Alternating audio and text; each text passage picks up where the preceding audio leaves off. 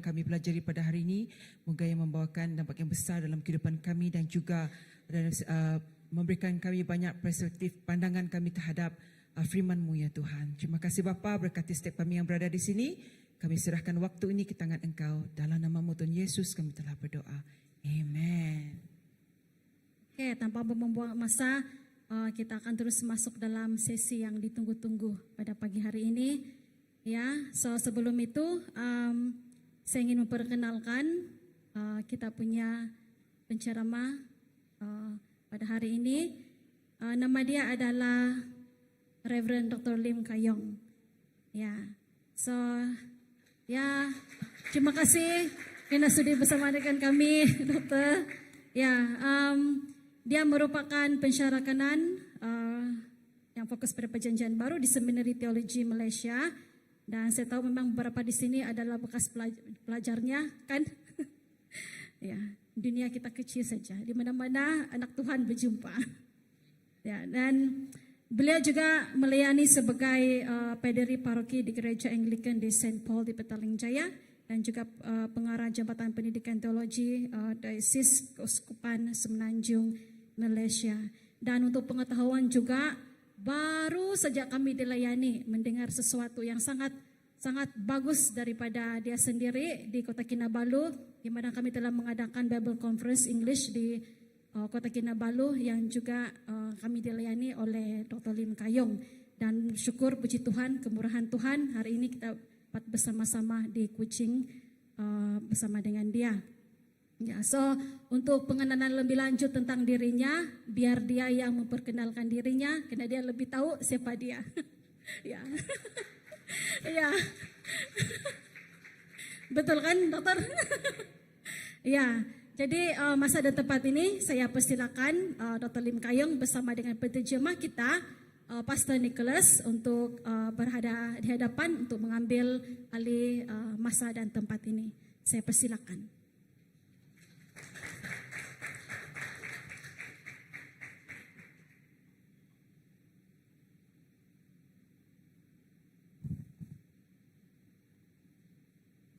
Very good morning.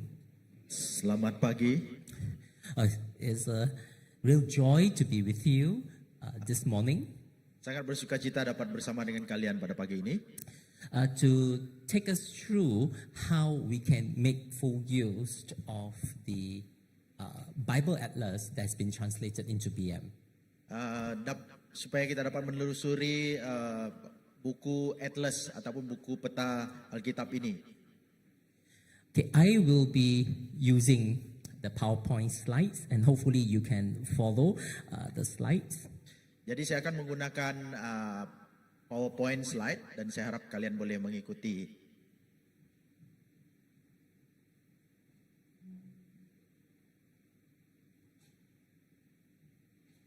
Okay.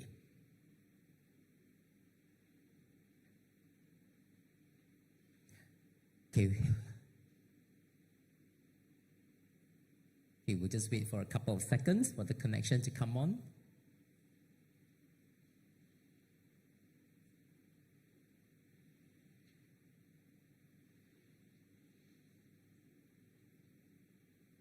Okay, what I hope to do, there are 3 sessions. Jadi apa yang saya harap dapat lakukan, ada 3 sesi.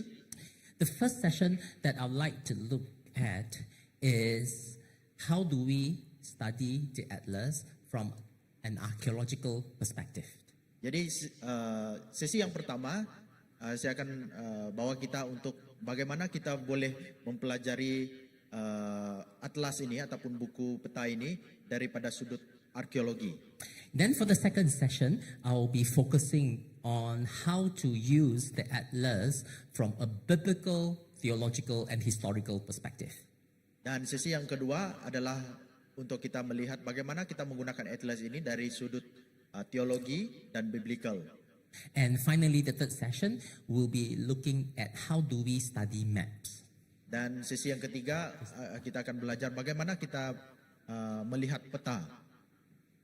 Okay, so while they are, let's hope this works. Harap ini akan baik ya.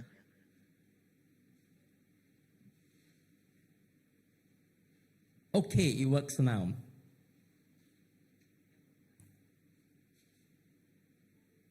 Okay, thank you so much, Gassi. Okay, so that's what I talk about, the first session. This session, I will be looking at Mark chapter 2, verse 1 to verse 12, and I'll be referring to chapter 10 of the Bible Atlas. Jadi untuk sesi ini kita akan melihat daripada Markus 2 ayat 1 hingga 12 dan apa tadi? And then we will be focusing on chapter 10 of the Atlas. Dalam bab yang ke-10 di dalam buku Atlas itu. Let me take you virtually to Israel. Saya ingin bawa Anda ke Israel. Today we can't visit Israel because of the war, but we can still go to Israel virtually.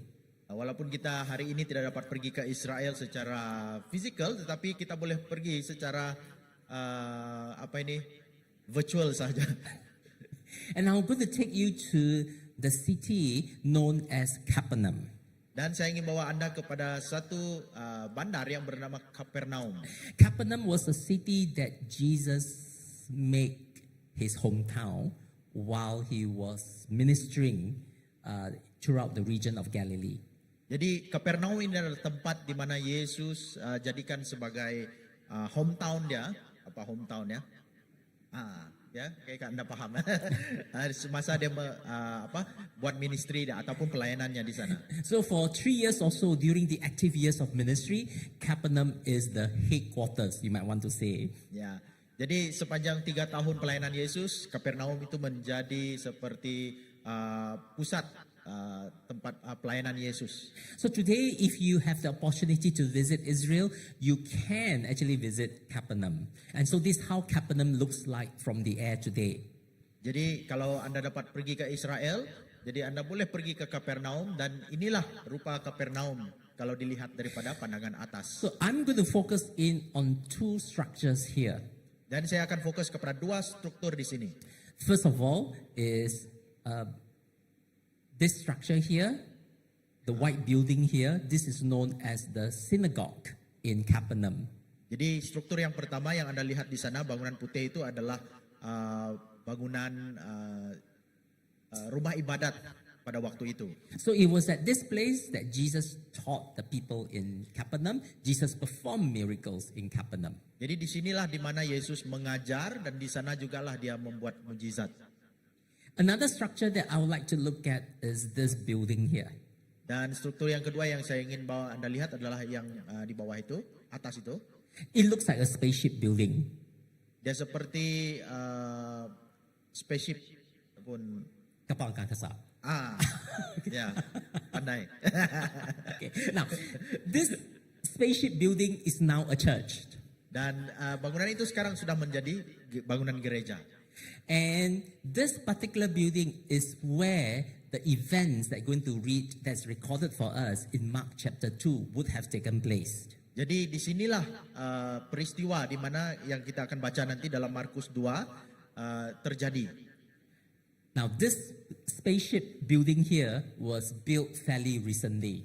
Jadi bangunan ini sebenarnya dibina tidak lama sebelum ini. So if we go back to 1972 when Capernaum was first discovered by archaeologists, jadi kalau di tahun 1972 di mana tempat ini dijumpai oleh orang-orang arkeologi, what we can see is the synagogue and this building here. Apa yang Anda lihat di sana adalah rumah ibadat dan bekas bangunan itu, bangunan lama itu. So this building you can see it looks like an octagonal shaped building, right? Dia seperti berbentuk apa itu tadi? 8 segi. 8 segi. And on top of this building you can see the spaceship being built. Jadi di atas itu dia buat seperti spaceship itu tadilah bentuk itu. So when Jesus was in Capernaum, it was mentioned that he actually performed many miracles in the house of Peter. Jadi di sana dicatatkan banyak Yesus membuat mujizat di rumah Petrus. And this is the house of Peter. Dan itulah tapak bekas rumah Petrus. So when you think about archaeology, you have to think about layers.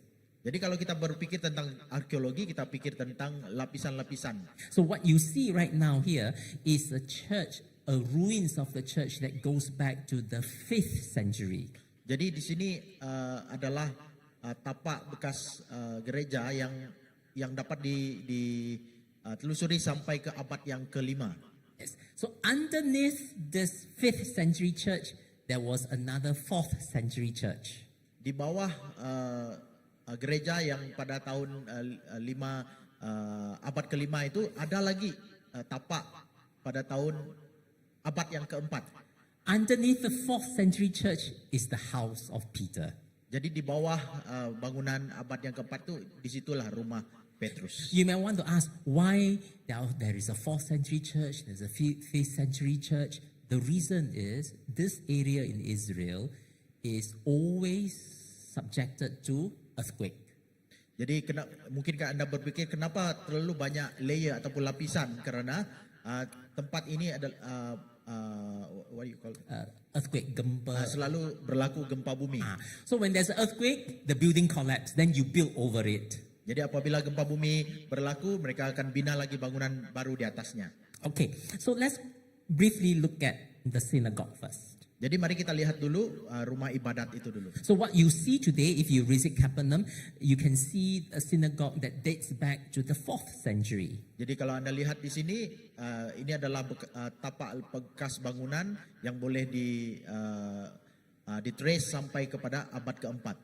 But this 4th century synagogue was built upon the 1st century synagogue. Tapi sinagog ini juga dibina di atas rumah ibadat yang pada abad pertama. So you study archaeology, macam you makan kue lapis lah. Kayak lapis rawa. Yeah, layer after layer after layer. Ya, lapisan atas lapisan. Okay, so here is the 1st century foundation, and then the 4th century is the one that you see today. Jadi di bawah tadi itu adalah lapisan abad pertama punya, dan di atas itu adalah abad yang keempat. So it was in this synagogue that Jesus taught the people. Jadi di atas sinagog inilah Yesus mengajar orang. So it was in this synagogue Jesus performed many miracles. Dan di sinagog ini juga Yesus melakukan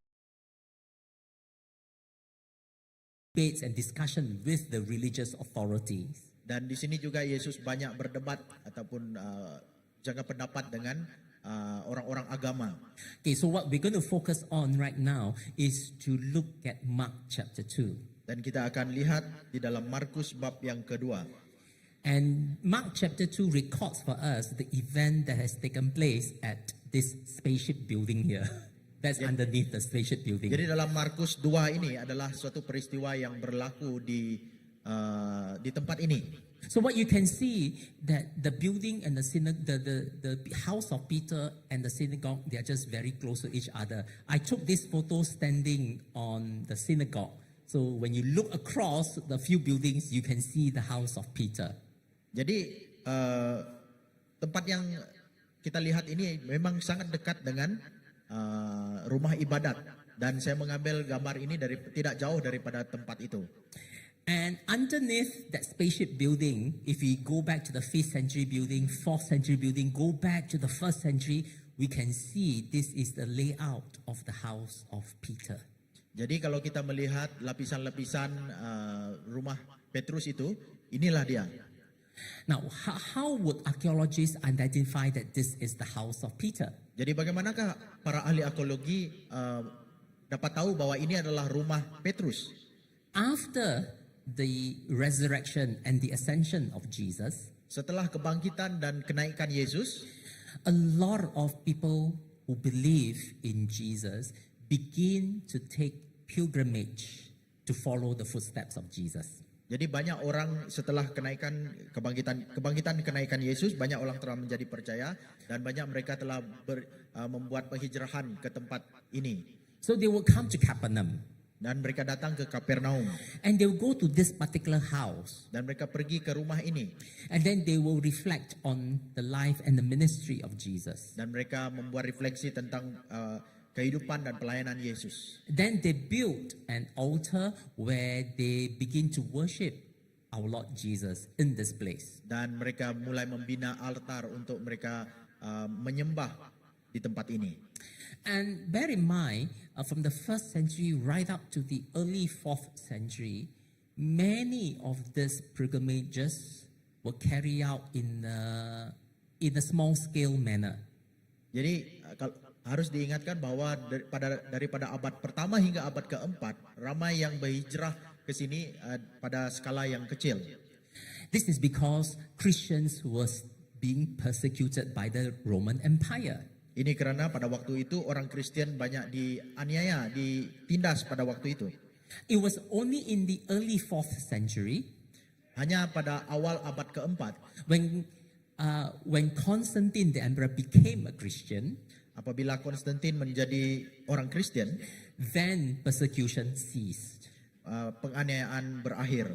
And then many people become public, make it known publicly that they were followers of Jesus. Dan banyak orang secara umum menyatakan bahwa mereka pengikut Yesus. And since there's no more persecution, you can begin to build churches. Jadi apabila penganiayaan berakhir, mereka sudah boleh mulai membina gereja. That's why if you go to Turkey, you go to Greece today, you will see that many of the earlier churches goes all the way back to the 4th century. Jadi kalau kita lihat pergi ke Turki ataupun ke Greece, kita boleh lihat bangunan-bangunan di sana boleh ditrace sampai ke abad yang keempat dulu. So anything earlier than 4th century, you don't see a church. Jadi apa yang sebelum abad keempat Anda tidak boleh lihat, kita tidak dapat lihat bangunan apa-apa sebelum itu. So you don't see a church building, but you see houses that people worship in.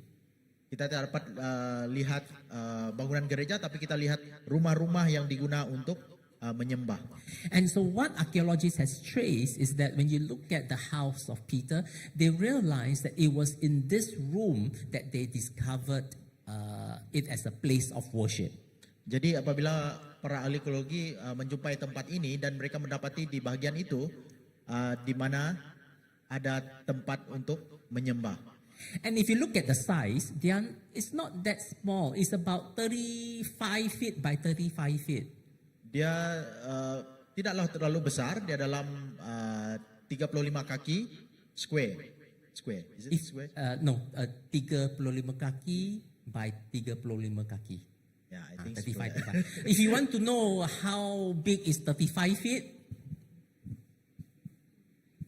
okay, Ada tape ya.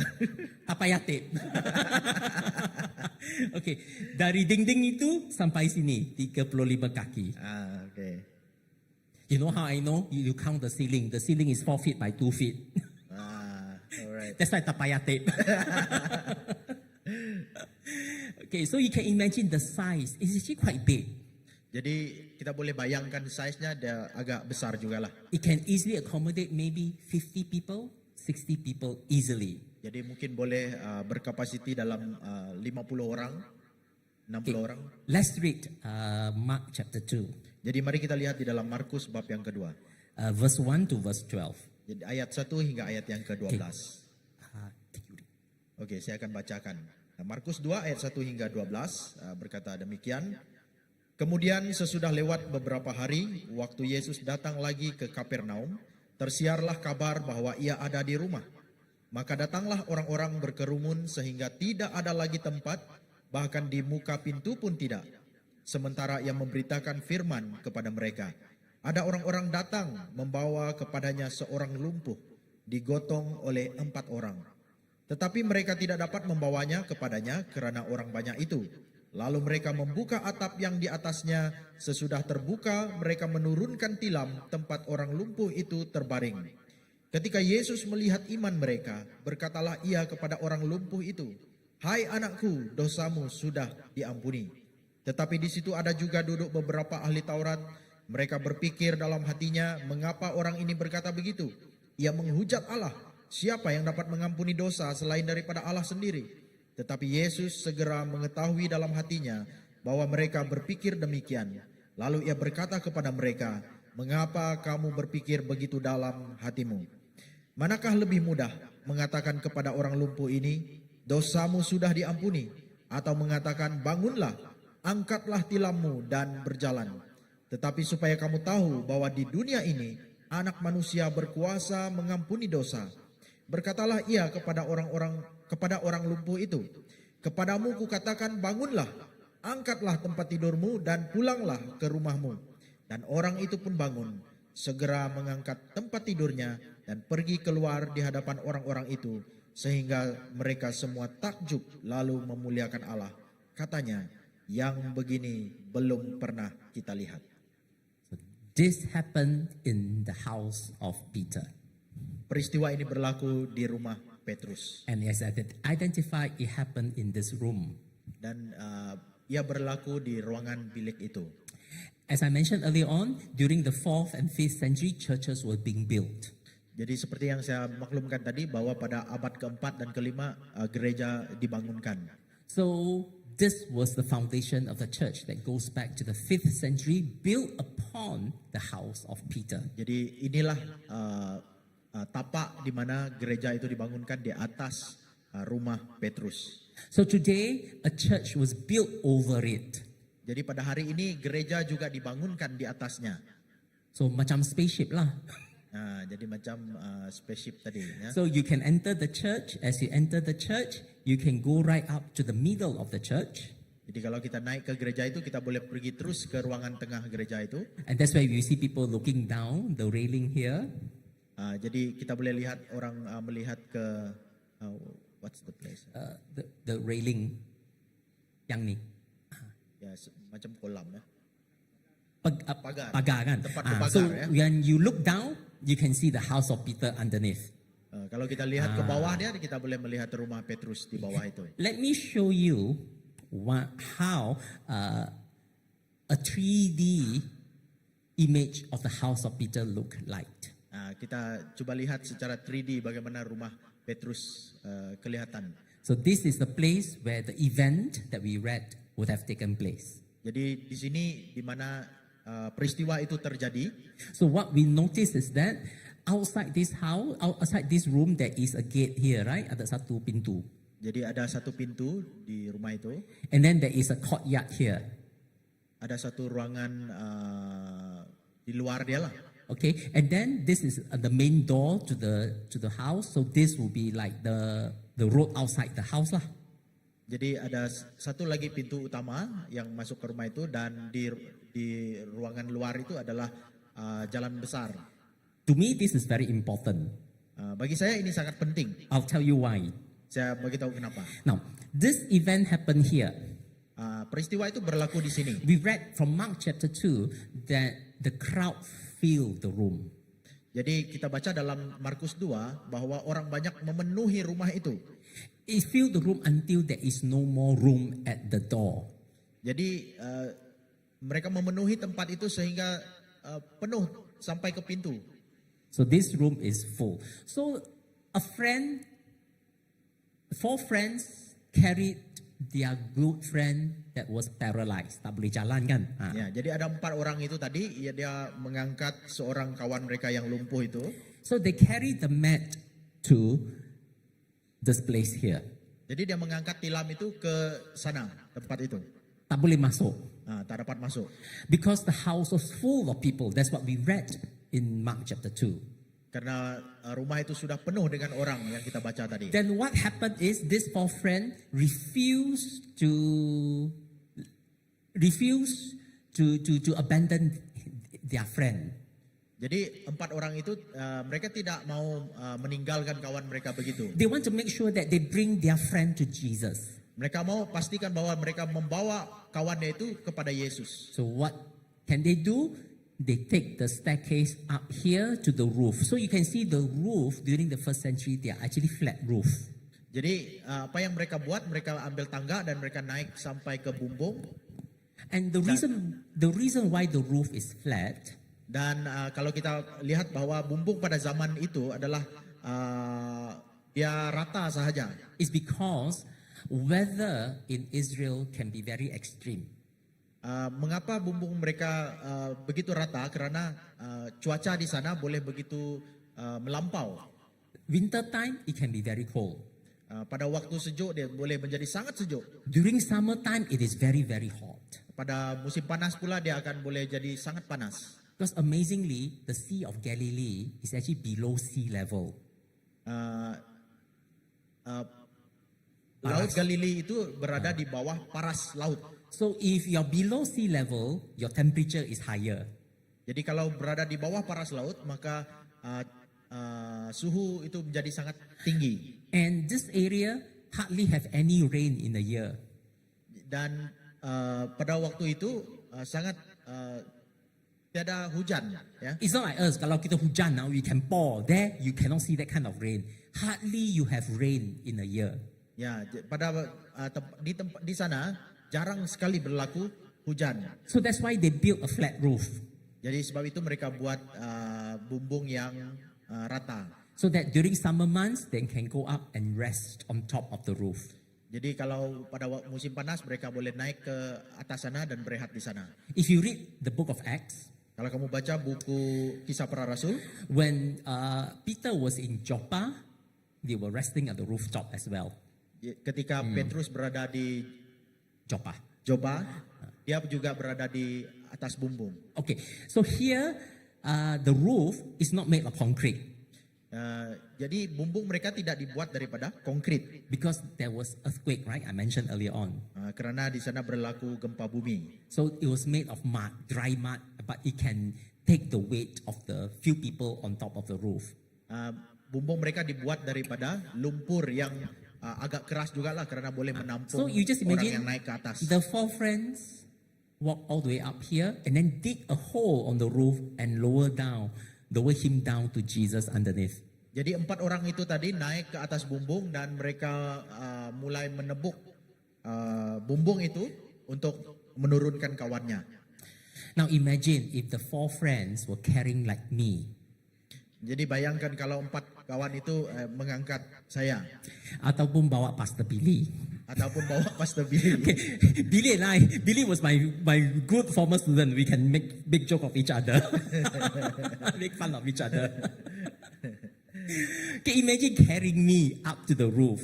Jadi bayangkan kalau dia bawa saya ke atas bumbung itu. The four friends got to do a very delicate balancing act. Can you see the steps here?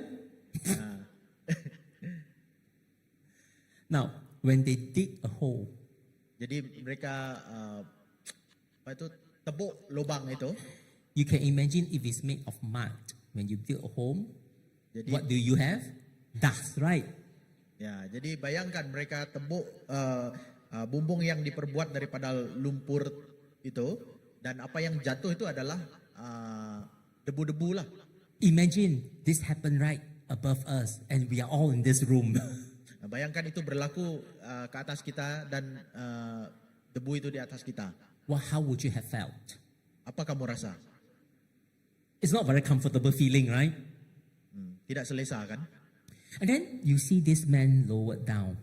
Dan kamu lihat orang lumpuh itu diturunkan.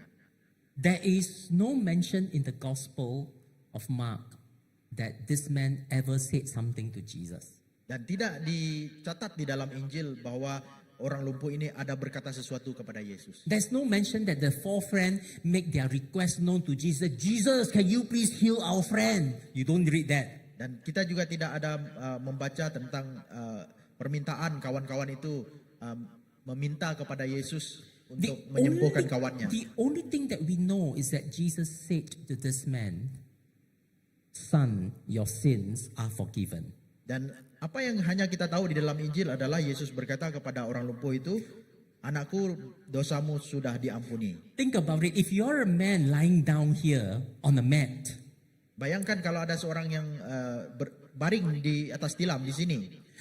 and then when Jesus saw this man, he said, "Son, your sins are forgiven." Dan Yesus datang dan berkata, "Anakku, dosamu sudah diampuni." If you're lying down here, how would you have felt? Dan kalau kita baring di situ, apa yang kamu rasa? Since when I asked you to forgive my sins? I want to be healed, right? Mungkin kita akan berkata, sejak bila saya minta kamu ampuni saya mau sembuh. Then what about the four friends? Jadi bagaimana dengan 4 kawan itu? Susah payah, we bring this friend up, up the hill to make sure he didn't fall down at the staircase. Susah-susah bawa kawan ini naik dan naik ke atas bumbung ini. And then all that Jesus can say is, "My son, your sins are forgiven." Dan apa yang Yesus buat hanya anakku dosamu sudah diampuni. Why would Jesus do such thing? Mengapa Yesus melakukan hal itu? Look at this map again. Lihat map itu lagi. When the four friends bring their paralyzed friend to Jesus, Apabila 4 kawan itu membawa kawannya yang lumpuh itu, we read that the house was full. kita membaca bahwa rumah itu penuh. They cannot get in because of the crowd. Mereka tidak dapat masuk karena orang banyak itu. The crowd did not make room for the four friends to bring their paralytic friend to Jesus. Orang banyak itu tidak membuat ruang, memberi ruang pun kepada 4 kawan itu untuk membawa kawannya yang lumpuh itu kepada Yesus. Remember I said earlier on, the open space here is very important. Ingat apa yang saya kata tadi bahwa ruangan terbuka yang di luar bagian luar ini sangat penting. If you are compassionate enough towards the paralytic man, Kalau kamu sangat bersimpati dengan orang yang lumpuh itu, imagine all of us in this room full. bayangkan kita semua di sini dalam ruangan itu penuh Then someone needs to come in. dan ada seorang yang perlu masuk. What would we have done? Apa yang akan kita buat? Some of us can go out, right? Ada di antara kita akan keluar kan? You can just walk out to the courtyard here, right? Kita boleh keluar ke bagian luar itu. We can walk up to the streets here, right?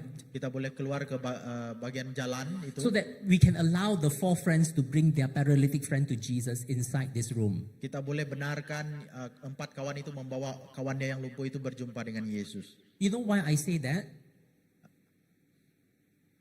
If you read Mark chapter 2, verse 12, Kenapa saya berkata begitu? Karena kalau kita baca di dalam Markus 2 ayat 12 itu, when after Jesus healed this man, he got up, he take up his mat, and he can walk out from the room.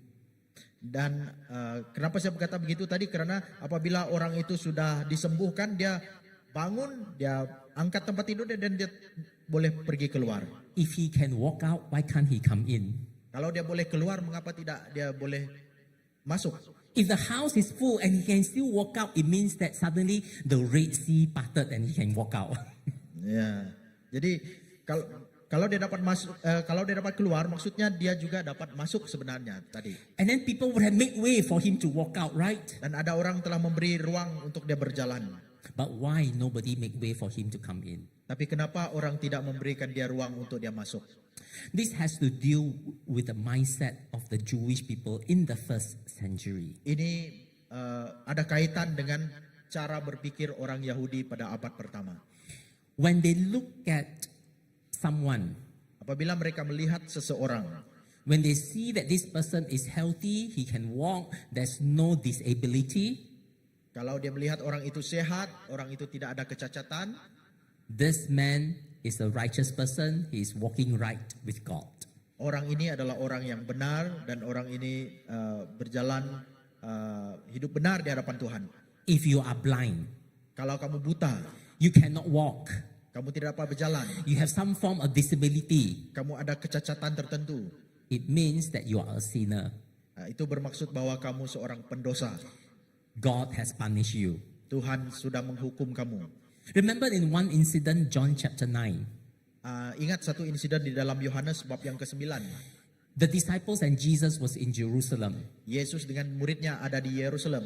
and they saw a man that was born blind from birth. Mereka melihat ada seorang buta yang buta sejak lahir. Yes. And then what the disciple asked Jesus, Jadi apa yang murid Yesus tanyakan kepada Yesus? Rabbi, who sinned? Dia kata, "Guru, siapa yang berdosa?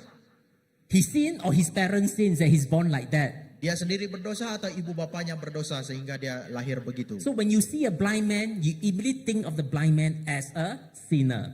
Jadi kalau mereka melihat orang buta, mereka terus berpikir orang itu orang yang berdosa. Likewise, when you see a man who cannot walk, Sama juga kalau mereka melihat orang yang tidak dapat berjalan, he is a sinner. mereka itu pendosa. Perhaps that explains why the crowd don't want to make way for the sinner to come into their presence. Jadi itulah sebabnya mengapa orang banyak itu tidak memberi ruang kepada orang lumpuh itu masuk ke dalam. Because he's not halal. If he come in, he mencemarkan all of us. Ya, So we live in Malaysia, we know all this kind of talk, right? We cannot associate with this paralytic man. Later he comes sinner, he contaminates all of us. We are not pure before God. Ya, jadi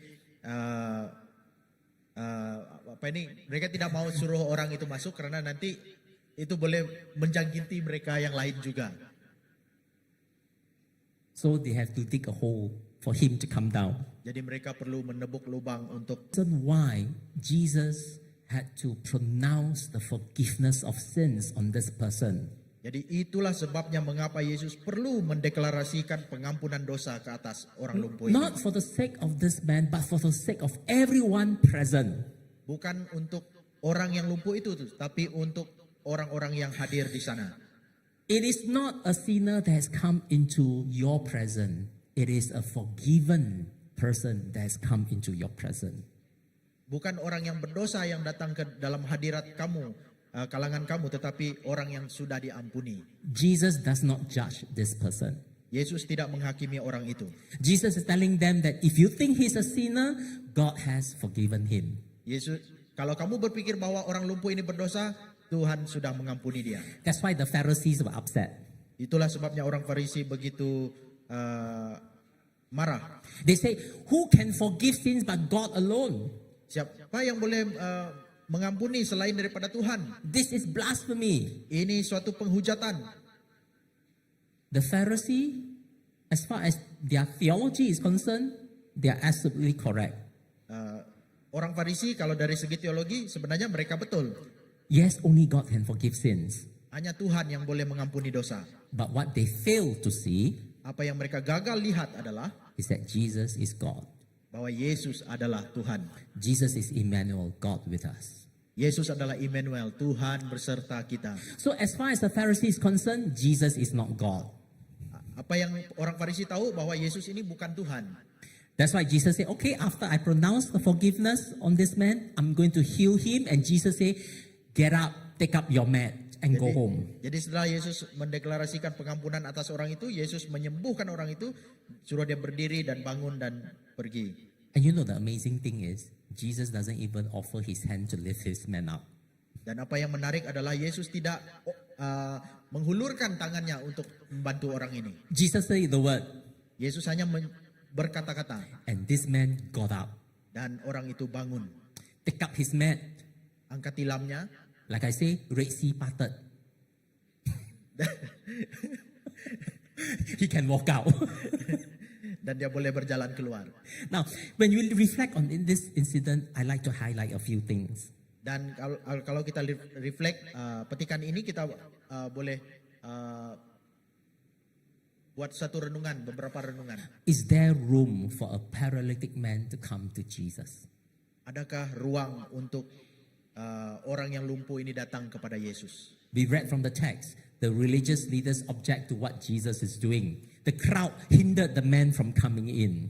Dan kita lihat di dalam cerita itu tadi, orang beragama itu tidak suka apa yang Yesus buat. Orang ramai itu pun tidak memberikan ruang kepada orang lumpuh ini masuk menemui Yesus. I wonder today if there might be someone like the paralytic man who must be brought to Jesus. Saya berpikir, adakah ada hari ini orang yang seperti orang lumpuh itu yang dihalang untuk berjumpa dengan Yesus? They couldn't come to Jesus because of you and me. Mereka tidak dapat datang kepada Yesus karena kamu dan saya. Because we don't want to make room for them. Karena kita tidak memberi ruang kepada mereka. We could have just walk out, just like I show you the picture of the house, right? That there is a courtyard, there is a main road outside. Kita boleh beri ruang dengan pergi keluar dan memberikan ruang ya kepada orang ini masuk. But yet there's no room for him. Tetapi tidak ada ruang untuk dia. Seriously, no more room for the paralytic man? Secara serius, adakah tidak ada ruang untuk mereka orang lumpuh ini? Seriously, have we hindered people from others from coming to Jesus? Adakah kita menghalang orang lain untuk datang kepada Yesus? That is one of the reasons why Capernaum, even though it is the HQ of Jesus, the hometown of Jesus, during his years in Galilee. Itulah sebabnya walaupun Kapernaum ini menjadi suatu seperti pusat ibu pejabat bagi pelayanan Yesus. And yet Capernaum was a city that Jesus cursed. Namun begitu Kapernaum menjadi tempat di mana Yesus mengutuk tempat ini. So in the Atlas, you will read about the evangelical triangle. Di dalam buku Atlas ini kamu akan baca tentang the triangle. I think Tak perlu lupa lah.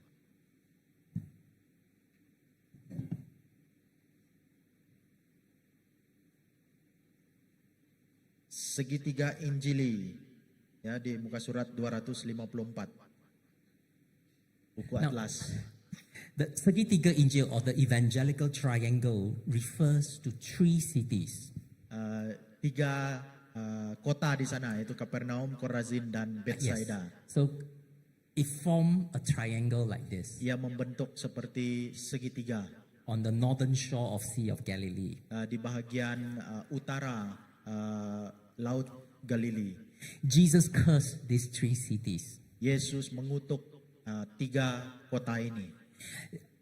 And if you look at the three cities, Dan kalau Anda lihat tiga kota ini, today you can see Chorazin ruins. Anda boleh lihat tempat reruntuhan Korazin. You go to the city of Bethsaida, there's nothing left there. Kalau di Betsaida tidak ada apa-apa yang tertinggal di sana. And we can see what Jesus said. Dan kita boleh lihat apa yang Yesus kata di dalam Matius 11. And this is what Jesus said. Chorazin. Woe to you, Chorazin. Woe to you, Bethsaida. For if the deeds of power done in you had been done in Tyre and Sidon, they would have repented long time ago in sackcloth and ashes. But I tell you, on the day of judgment, it will be more tolerable for Tyre and Sidon and for you. And you, Capernaum, will you be exalted to heaven? No, you will be brought down to Hades. For if the deeds of power done in you had been done in Sodom, it would have remained until this day. But I tell you, on the day of judgment, it will be more tolerable for the land of Sodom than for you. Matius 11 ayat 21 hingga 24. Dia berkata, celakalah engkau Korazim, celakalah engkau Betsaida. Karena jika di Tirus dan di Sidon terjadi mujizat-mujizat yang telah terjadi di tengah-tengah kamu, sudah lama mereka bertobat dan berkabung. Tetapi aku berkata kepadamu, pada hari penghakiman, tanggungan Tirus dan Sidon akan lebih ringan daripada tanggunganmu. Dan engkau Kapernaum, apakah engkau akan dinaikkan sampai ke langit? Tidak, engkau akan diturunkan sampai ke dunia orang mati. Karena jika di Sodom terjadi mujizat-mujizat yang telah terjadi di tengah-tengah kamu, kota itu tentu masih berdiri sampai hari ini. Tetapi aku berkata kepadamu, pada hari penghakiman, tanggungan negeri Sodom akan lebih ringan daripada tanggunganmu. Jesus says that Chorazin and Bethsaida are worse than Tyre and Sidon. Jadi Yesus berkata bahwa Korazin dan Betsaida ini lebih teruk daripada Sidon dan Tirus. Tyre and Sidon are Gentile cities. Tirus dan Sidon itu adalah kota untuk orang yang bukan Yahudi. So Jesus was saying that you Jews who are in Chorazin and Bethsaida, the way you live your life are worse than the Gentiles. Jadi apa yang Yesus kata kepada orang Korazin dan orang Betsaida, kamu hidup lebih teruk daripada orang Tirus dan Sidon. And you in Capernaum, Dan kamu di Kapernaum, you are worse than Sodom. kamu lebih teruk daripada orang yang di Sodom. Go back and read Old Testament. What does the Bible tell us about Sodom and Gomorrah? Boleh pergi ke Perjanjian Lama, baca bagaimana apa yang diceritakan tentang Sodom dan Gomora. And God destroyed these two cities because of their sins. Tuhan menghancurkan kota itu karena dosa-dosa mereka. And yet Jesus is saying his hometown is worse than Sodom. Namun di sini Yesus kata bahwa Kapernaum itu lebih teruk daripada Sodom dan Gomora. Why would Jesus say all these things? Mengapa Yesus berkata semua ini? Have not Capernaum had Jesus in their presence for 3 years? Bukankah Kapernaum ini melihat kehadiran Yesus selama 3 tahun? Can you imagine if you live in the first century, people ask you, Billy, you dari mana? Bayangkan kamu hidup di abad yang pertama, orang tanya, Billy, kamu dari mana? At Capernaum. Dari Kapernaum. Wow, you can see Jesus every day. Wow, you orang berkat. Dia kata, oh kamu dapat lihat Yesus setiap hari. Oh memang kamu orang yang diberkati. You can hear his teaching. Kamu boleh dengar ajarannya. You can see his miracle. Kamu boleh lihat mujizatnya. You are blessed. Kamu diberkati. But Jesus said you are worse than Sodom. Tapi Yesus kata kamu lebih teruk daripada Sodom. Why? Mengapa? Because the people in Capernaum refused to believe in Jesus. Karena orang di Kapernaum menolak untuk percaya kepada Yesus. We read from Mark chapter 2 just now. Kita baca daripada Markus bab yang kedua sebelum ini. The Pharisee refused to acknowledge Jesus as God. Orang Farisi menolak Yesus sebagai Tuhan. The crowd think that they are so righteous that until there's no room for a sinner, so that the sinner cannot mencemarkan them. Orang-orang banyak itu merasa diri mereka benar dan tidak memberikan ruang kepada orang yang lumpuh itu masuk. This is Capernaum, Itulah Kapernaum. a city that benefited so much from the ministry of Jesus, but yet refused to believe. Orang kota yang telah dapat manfaat daripada mujizat Yesus tetapi menolak untuk percaya kepada Yesus. Friends, as we reflect on this incident, I wonder if we could have been like the people in Capernaum. Dalam kita membuat refleksi tentang ini, saya juga berpikir adakah kita juga buat hal yang sama seperti orang Kapernaum. One more thing, if you want to study a Bible atlas like this, Satu perkara lagi kalau kita mau belajar Alkitab dengan buku atlas ini, is to read it together with your Bible. kita harus membacanya dengan Alkitab kita. You can go online and search for words. Sekarang kita boleh buat ini secara online, kita boleh tengok. Go to Bible Gateway or whatever website, type in the word Capernaum. Boleh pergi ke website seperti Gateway dan type saja di sana nama Kapernaum. And you can see all the occurrences where Capernaum is mentioned. Dan kita boleh lihat di mana Kapernaum itu disebut di dalam Alkitab. I've done this, so you can see Capernaum was mentioned in all the Gospels. Dan inilah di mana Kapernaum disebut di dalam Injil. You can see Jesus healed the centurion's servant in Capernaum. Jesus healed Peter's mother-in-law in Capernaum. Jesus healed many people and cast out evil spirits in Capernaum. Dan kita lihat di dalam Injil banyak cerita di mana Yesus contohnya menyembuhkan the centurion servant, hamba seorang serdadu itu. Dia menyembuhkan ibu mertua Petrus juga di Kapernaum. Dia juga menyembuhkan dan menghalau keluar roh-roh jahat juga di Kapernaum. And then we also see that Jesus taught the people in Capernaum. Dan kita lihat bahwa Yesus juga mengajar di Kapernaum. Jesus taught them about the coming of the kingdom of God Yesus mengajar mereka tentang kedatangan kerajaan Allah and many other teachings. dan banyak ajaran lain. And they still refuse to believe. Dan mereka tetap terus menolak untuk percaya. Their hearts have hardened. Hati mereka telah keras. May we learn from this incident that our hearts may be open to what God is doing among us. Jadi kita boleh belajar dari sini dan kita belajar untuk tidak mengeraskan hati kita untuk apa yang Tuhan sedang lakukan. Okay, di kalangan kita. this is what I'd like to show you of what you can do in the Atlas. Jadi ini yang saya mau tunjukkan kepada kalian, apa yang boleh kita buat dengan buku peta ini. So I add on a few other information. Jadi saya tambah beberapa maklumat lain. So we're going to take a short break. Kita akan ambil waktu rehat sekejap. And then when we come back, we're going to look at a city by the name of Caesarea Philippi. Dan selepas ini kita akan lihat satu kota lagi yaitu Caesarea Filipi. And we're going to go back to history to look at the Old Testament and how we can use the Atlas to read the Old Testament right up to the New Testament. Jadi kita akan guna buku atlas ini, kita akan lihat daripada bagaimana kota itu dari perjanjian lama sampailah ke perjanjian baru. Okay, so let's take a break. I'll pass back the time for any announcement. Ya, oke. Kita akan ambil masa 15 menit untuk berehat. Boleh pergi ke belakang, boleh sambil tengok buku. Untuk pengetahuan, kita juga ada buku Dr. Lim Kayong. Hanya 6 kopi saja yang dibawa. Sangat limited. So, siapa yang cepat, dia dapat RM70. Ya. Dan juga atas Alkitab, berharga RM95 saja untuk hari daripada RM120. So, ya, bagi yang belum tahu tandas di mana, Tendas kita ada di belakang sini dan juga sebelah kiri saya di luar. Ya. So, selamat berehat, selamat menikmati kue mue yang disediakan.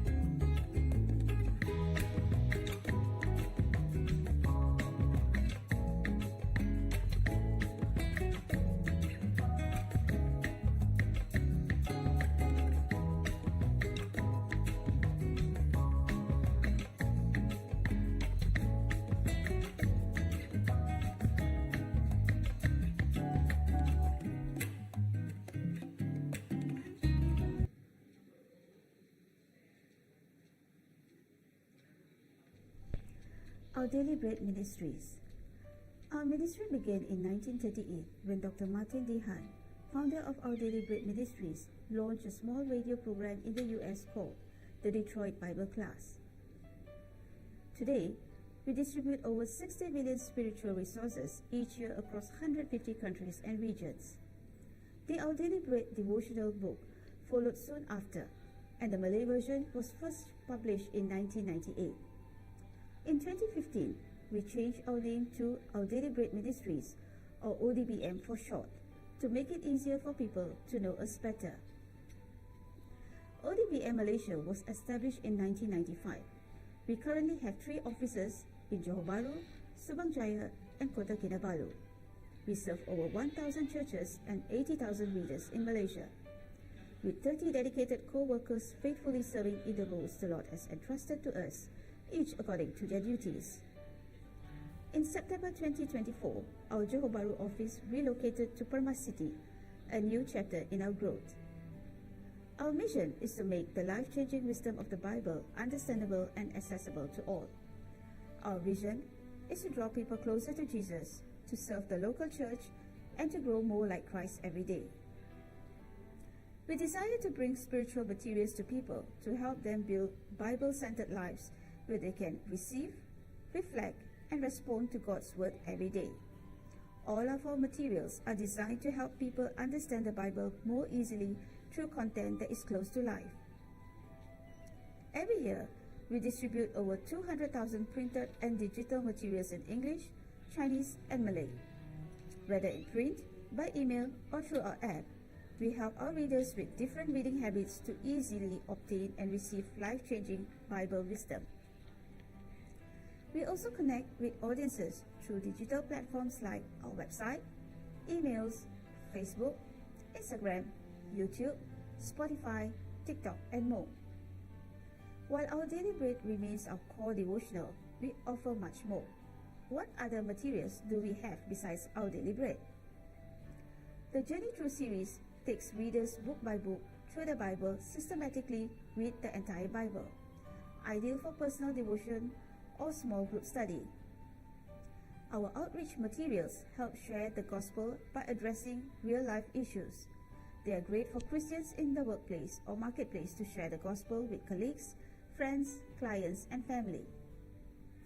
The Discovery series explores Bible-based answers to life's tough questions, helping believers grow stronger in faith and wisdom.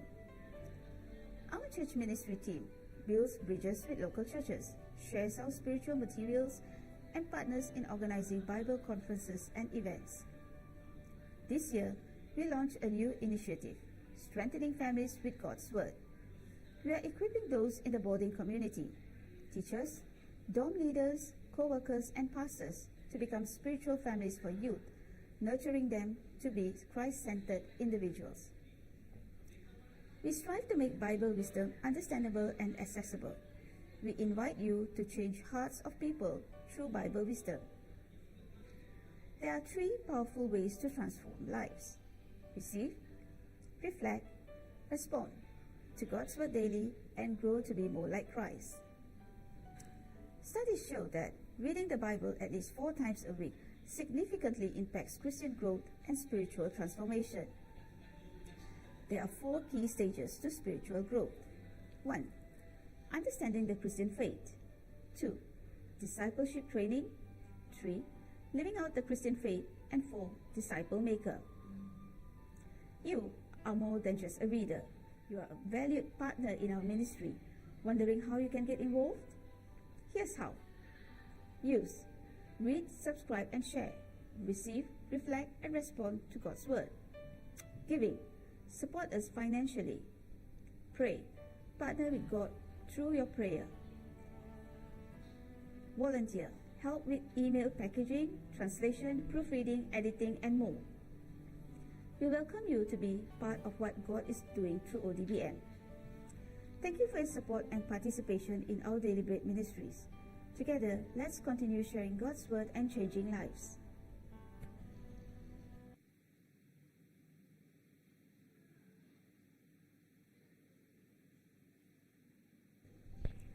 Our Daily Bread.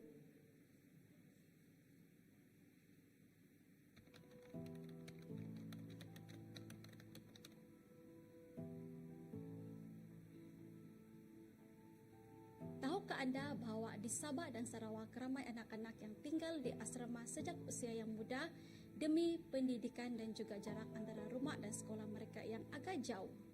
Oleh itu, guru-guru, warden dan komuniti gereja menjadi keluarga kedua bagi mereka. Saya sendiri juga pernah tinggal di asrama. Ketika itu, setelah saya belajar cara berkongsi firman Tuhan melalui buku renungan Our Daily Bread Ministry. Dan kini kami di ODBM, kami menyediakan lebih banyak bahan rohani dan pendidikan Kristian kepada anak-anak muda untuk membantu mereka mengasihi Tuhan lebih dalam lagi. Kami di ODB Ministry sangat rindu untuk melihat lebih ramai generasi muda semakin mengenal, mengasihi dan melayani Tuhan. Itulah sebabnya kami melaksanakan projek penjangkauan yang bertujuan untuk membekalkan bahan-bahan kepada asrama di Sabah dan Sarawak supaya lebih ramai lagi pelajar dapat dibimbing dalam iman. Kami percaya Tuhan sedang memanggil kita semua untuk mengajar dan menjadi terang bagi generasi ini. Setiap doa, setiap renungan, setiap bahan yang kami hasilkan, semuanya bertujuan untuk menanam iman dalam hati mereka.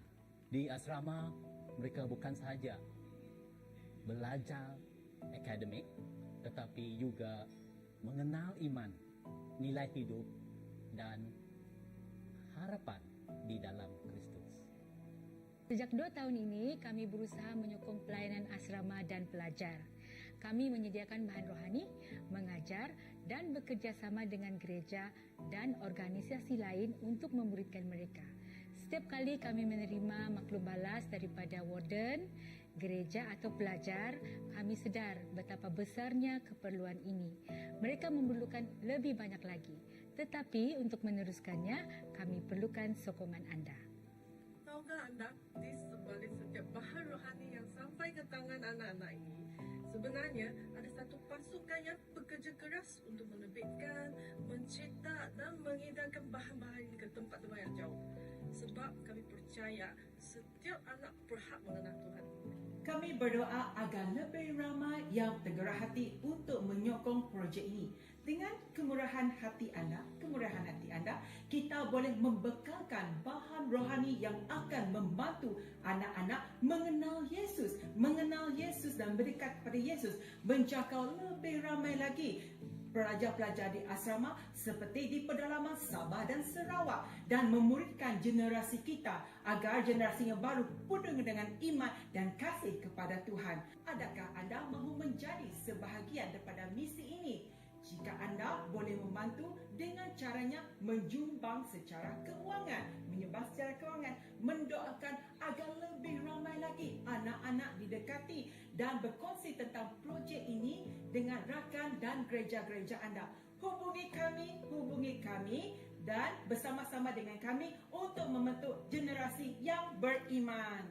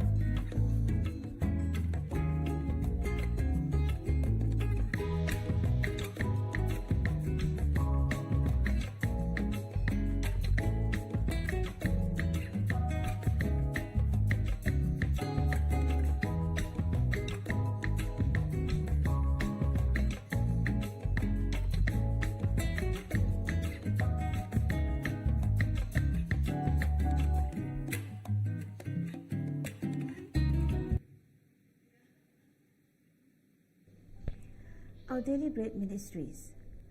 Our ministry began in 1938 when Dr. Martin D. Hahn, founder of Our Daily Bread Ministries, launched a small radio program in the US called the Detroit Bible Class.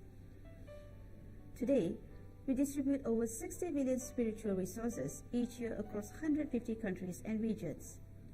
The Our Daily Bread devotional book followed soon after, and the Malay version was first published in 1998.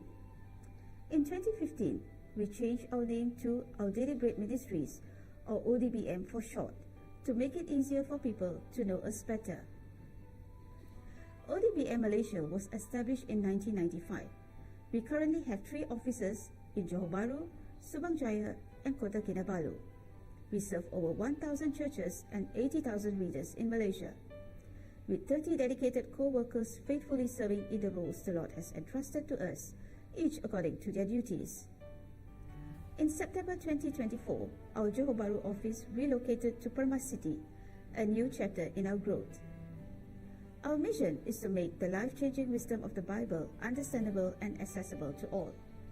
Our vision is to draw people closer to Jesus, to serve the local church, and to grow more like Christ every day. We desire to bring spiritual materials to people to help them build Bible-centered lives where they can receive, reflect, and respond to God's Word every day. All of our materials are designed to help people understand the Bible more easily through content that is close to life. Every year, we distribute over 200,000 printed and digital materials in English, Chinese, and Malay.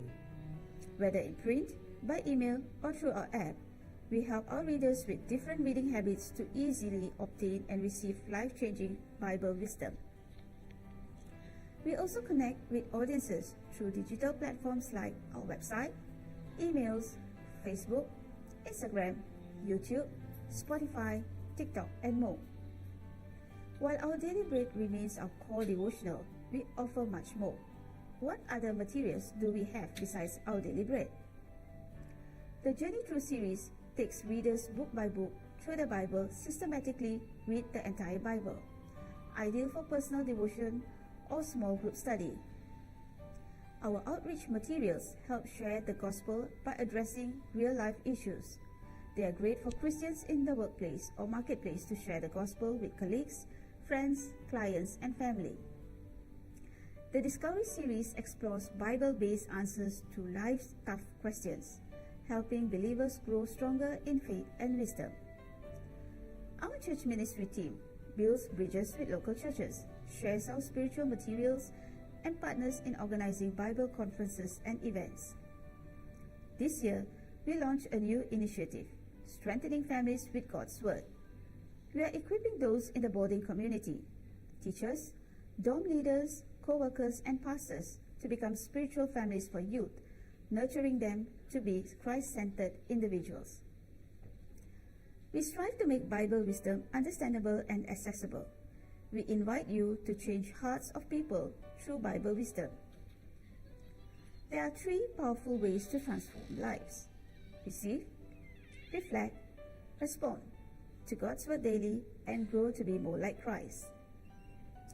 Studies show that reading the Bible at least 4 times a week significantly impacts Christian growth and spiritual transformation. There are 4 key stages to spiritual growth. 1. Understanding the Christian faith.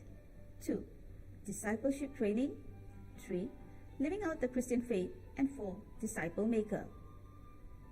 You are more than just a reader. You are a valued partner in our ministry. Wondering how you can get involved? Here's how. Use: read, subscribe, and share. Receive, reflect, and respond to God's Word. Giving: support us financially. Pray: partner with God through your prayer. Volunteer: help with email packaging, translation, proofreading, editing, and more. We welcome you to be part of what God is doing through ODBM. Thank you for your support and participation in our Daily Bread ministries. Together, let's continue sharing God's Word and changing lives. Our Daily Bread ministries.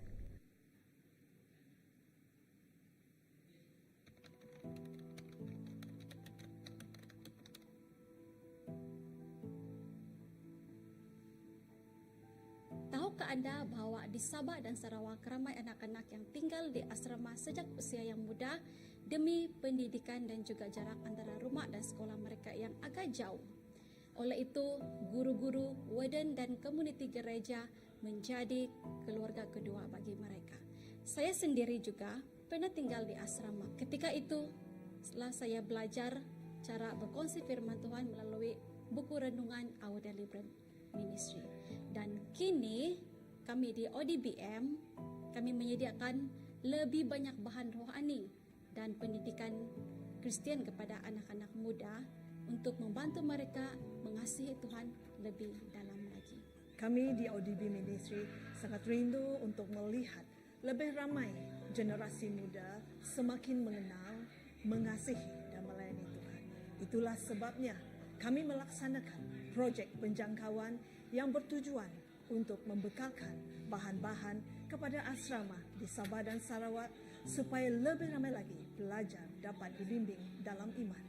Kami percaya Tuhan sedang memanggil kita semua untuk mengajar dan menjadi terang bagi generasi ini. Setiap doa, setiap renungan, setiap bahan yang kami hasilkan, semuanya bertujuan untuk menanam iman dalam hati mereka.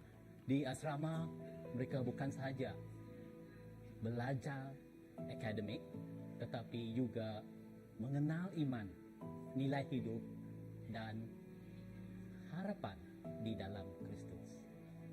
Sejak 2 tahun ini, kami berusaha menyokong pelayanan asrama dan pelajar. Kami menyediakan bahan rohani, mengajar dan bekerja sama dengan gereja dan organisasi lain untuk memuridkan mereka. Setiap kali kami menerima maklum balas daripada warden, gereja atau pelajar, kami sedar betapa besarnya keperluan ini. Mereka memerlukan lebih banyak lagi. Tetapi untuk meneruskannya, kami perlukan sokongan anda. Tahukah anda, di sebalik setiap bahan rohani yang sampai ke tangan anak-anak ini, sebenarnya ada satu pasukan yang bekerja keras untuk menerbitkan, mencetak dan mengedarkan bahan-bahan ini ke tempat-tempat yang jauh. Sebab kami percaya setiap anak berhak mengenal Tuhan. Kami berdoa agar lebih ramai yang tergerak hati untuk menyokong projek ini. Dengan kemurahan hati anda, kita boleh membekalkan bahan rohani yang akan membantu anak-anak mengenal Yesus dan berdekat kepada Yesus, menjangkau lebih ramai lagi pelajar-pelajar di asrama seperti di pedalaman Sabah dan Sarawak dan memuridkan generasi kita agar generasi yang baru penuh dengan iman dan kasih kepada Tuhan. Adakah anda mahu menjadi sebahagian daripada misi ini? Jika anda boleh membantu dengan caranya menyumbang secara kewangan, mendoakan agar lebih ramai lagi anak-anak didekati dan berkongsi tentang projek ini dengan rakan dan gereja-gereja anda. Hubungi kami dan bersama-sama dengan kami untuk membentuk generasi yang beriman.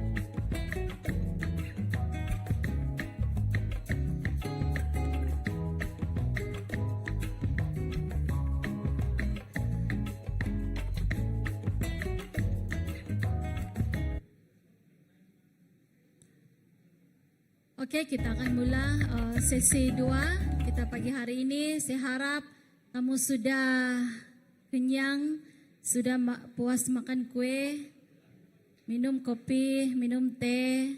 Kalau tidak, boleh sambung selepas ini.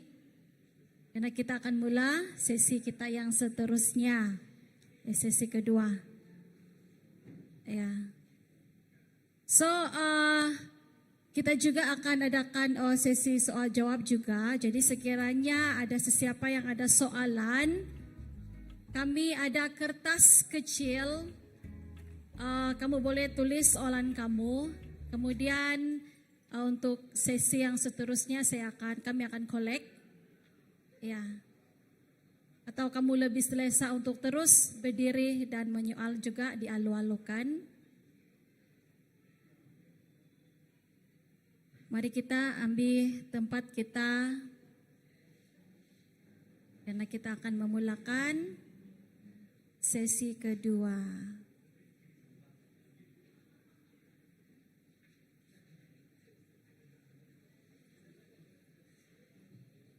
Terima kasih untuk gereja dan juga individu yang sudah menyediakan kue yang saya rasa cukup baik, cukup sedap, sangat sedap kan? Ya. Selepas ini boleh sambung lagi makan. Ya, so seperti yang saya cakap tadi, kami akan agihkan ada kertas kecil seperti ini. Kamu boleh tulis soalan kamu. Kemudian untuk sesi seterusnya kami akan pungut dan serahkan kepada Rotalim Kayong untuk menjawab. Dan jika kamu lebih selesa untuk menyoal secara terus, boleh berdiri juga untuk saya rasa ini sesi yang akan terakhir. Ya, di akhir we'll have the Q&A, right? Within these 2 sessions. Ya, so saya rasa mungkin kamu kalau kamu tulis sedia mungkin lebih menjimatkan masa. Ya. Okay, so saya harap semua sudah bersedia untuk mendengar sesi yang seterusnya. Ya. Oke, so tanpa membuang masa lagi, kita teruskan untuk sesi kedua. Masa dan tempat ini saya serahkan. Ya.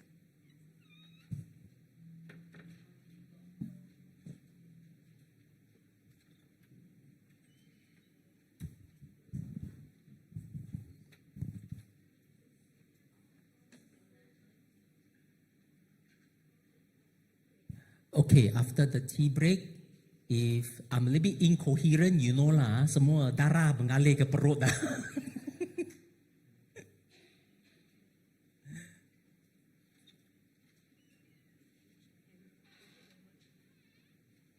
In the interest of time, what I plan to do is to combine session 2 and 3 together. Jadi saya merancang untuk menggabungkan sesi 2 dan sesi 3. Okay. So for this first part, I will take you to the most northern part of Israel today. Jadi untuk sesi kedua ini saya akan bawa kita untuk melihat di bagian utara sekali bagian Israel. So that is the region called Caesarea Philippi. Dan bagian itu disebut Kaisaria Filipi. Okay, let's look at the. I will look at the map. Kita lihat peta dulu.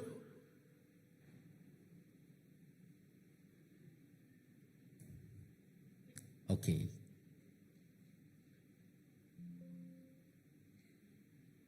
Okay, if you look at the map, Kalau kita lihat di peta, this is the region of Galilee. ini adalah bagian Galilee. Galilea.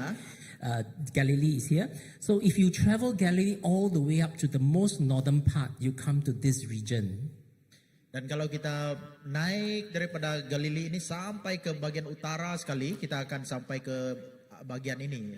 This area is known as Caesarea Philippi in the 1st century. Nah, bagian ini yang disebut sebagai Kaisaria Filipi.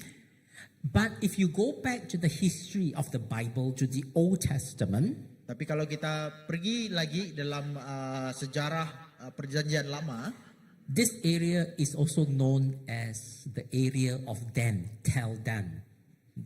bagian ini juga disebut diduki oleh orang Dan.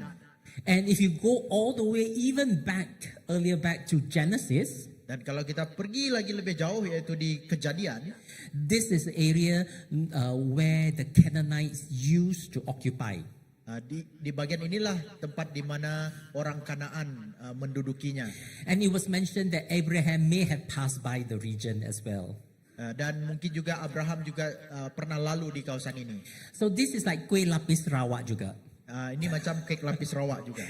So this is not layers of archaeology but layers of history. Ini bukan lapisan arkeologi tetapi lapisan sejarah. So what we're going to look at today is one way for us to read the atlas and to study the Bible is to look at history. Jadi salah satu cara untuk kita membaca atlas ini, belajar Alkitab adalah dengan melihat kepada sejarah. If you look at the history right from Genesis right up to the 1st century during the time of Jesus, Jadi kalau kita membaca daripada Kejadian sampailah pada abad pertama pada zaman Yesus, this area known as Caesarea Philippi is very rich in biblical history. kalau kita lihat bahwa Kaisaria Filipi ini sangat kaya dengan sejarah. Okay, so if you look at the history, in the 1st century time during the New Testament is known as Caesarea Philippi. Jadi pada abad pertama dia dikenal sebagai Kaisaria Filipi. If you go back to history, this area was also known as Tel Dan. Jadi kalau kita pergi lebih jauh lagi dia dikenal sebagai tempat orang Dan.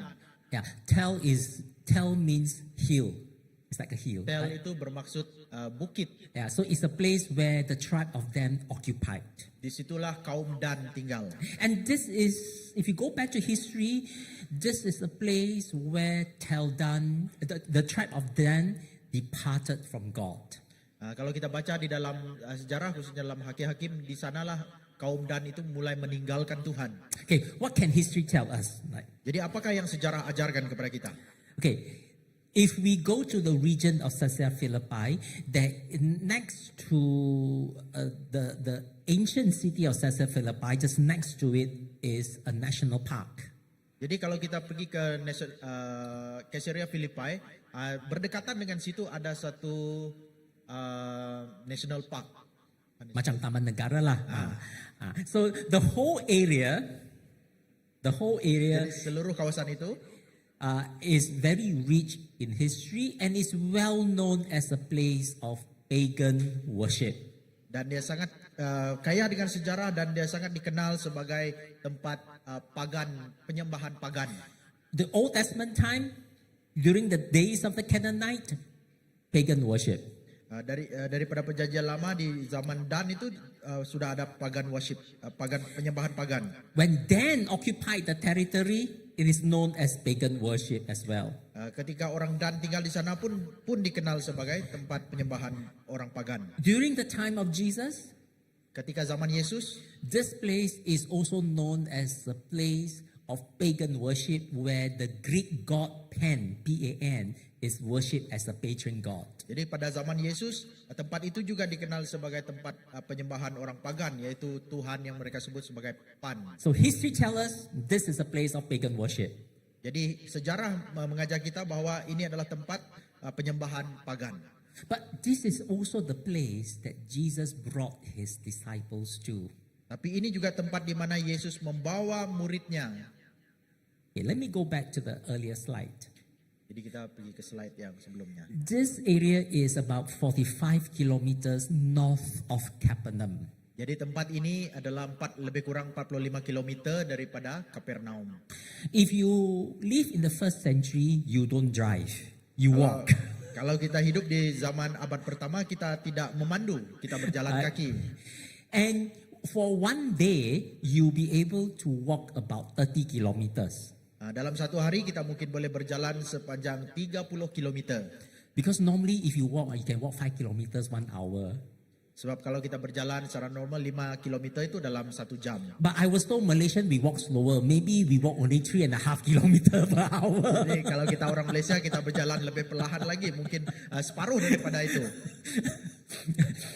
If you go to Europe, you go to UK, you walk on the street, you see all the masaleh walk overtake us. We walk very slow. Kalau kita pergi ke negara orang putih, kita lihat orang putih akan jalan lebih laju daripada kita karena kita terlalu perlahan. This is 45 kilometers. Ini 45 km. It means 2 days of travel. Memerlukan 2 hari perjalanan. Why did Jesus so susah payah bring his 12 disciples, walk 2 days all the way up to the most northern tip? Jadi mengapa Yesus perlu bersusah payah membawa muridnya 40 km ke utara?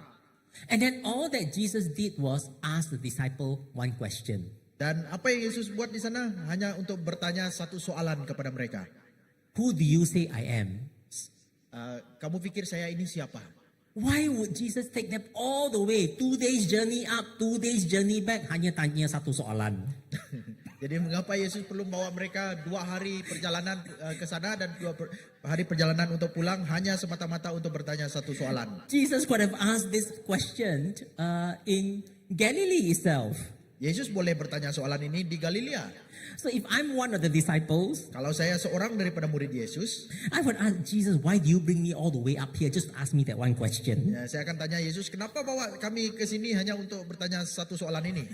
Why do you want to hear what I think of you? Kamu mau mendengar apa yang saya pikir tentang kamu? Okay, let's read Matthew chapter 16. Mari kita baca dalam Matius 16. Verse 13 to verse 20. Dari ayat 13 sampai ayat yang ke 20. 20. Pastor Nicholas baca boleh?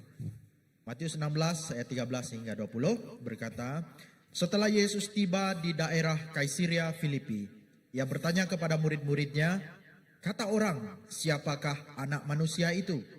Jawab mereka, ada yang mengatakan Yohanes Pembaptis, ada juga yang mengatakan Elia, dan ada pula yang mengatakan Yeremia atau salah seorang dari para nabi. Lalu Yesus bertanya kepada mereka, tetapi apa katamu, siapakah aku ini? Maka jawab Simon Petrus, engkau adalah Mesias, anak Allah yang hidup. Kata Yesus kepadanya, "Berbahagialah engkau Simon bin Yunus, sebab bukan manusia yang menyatakan itu kepadamu, melainkan Bapa-Ku yang di sorga. Dan aku pun berkata kepadamu, engkau adalah Petrus, dan di atas batu karang ini aku akan mendirikan jemaatku, dan alam maut tidak akan menguasainya. Kepadamu akan kuberikan kunci kerajaan sorga. Apa yang kau ikat di dunia ini akan terikat di sorga, dan apa yang kau lepaskan di dunia ini akan terlepas di sorga."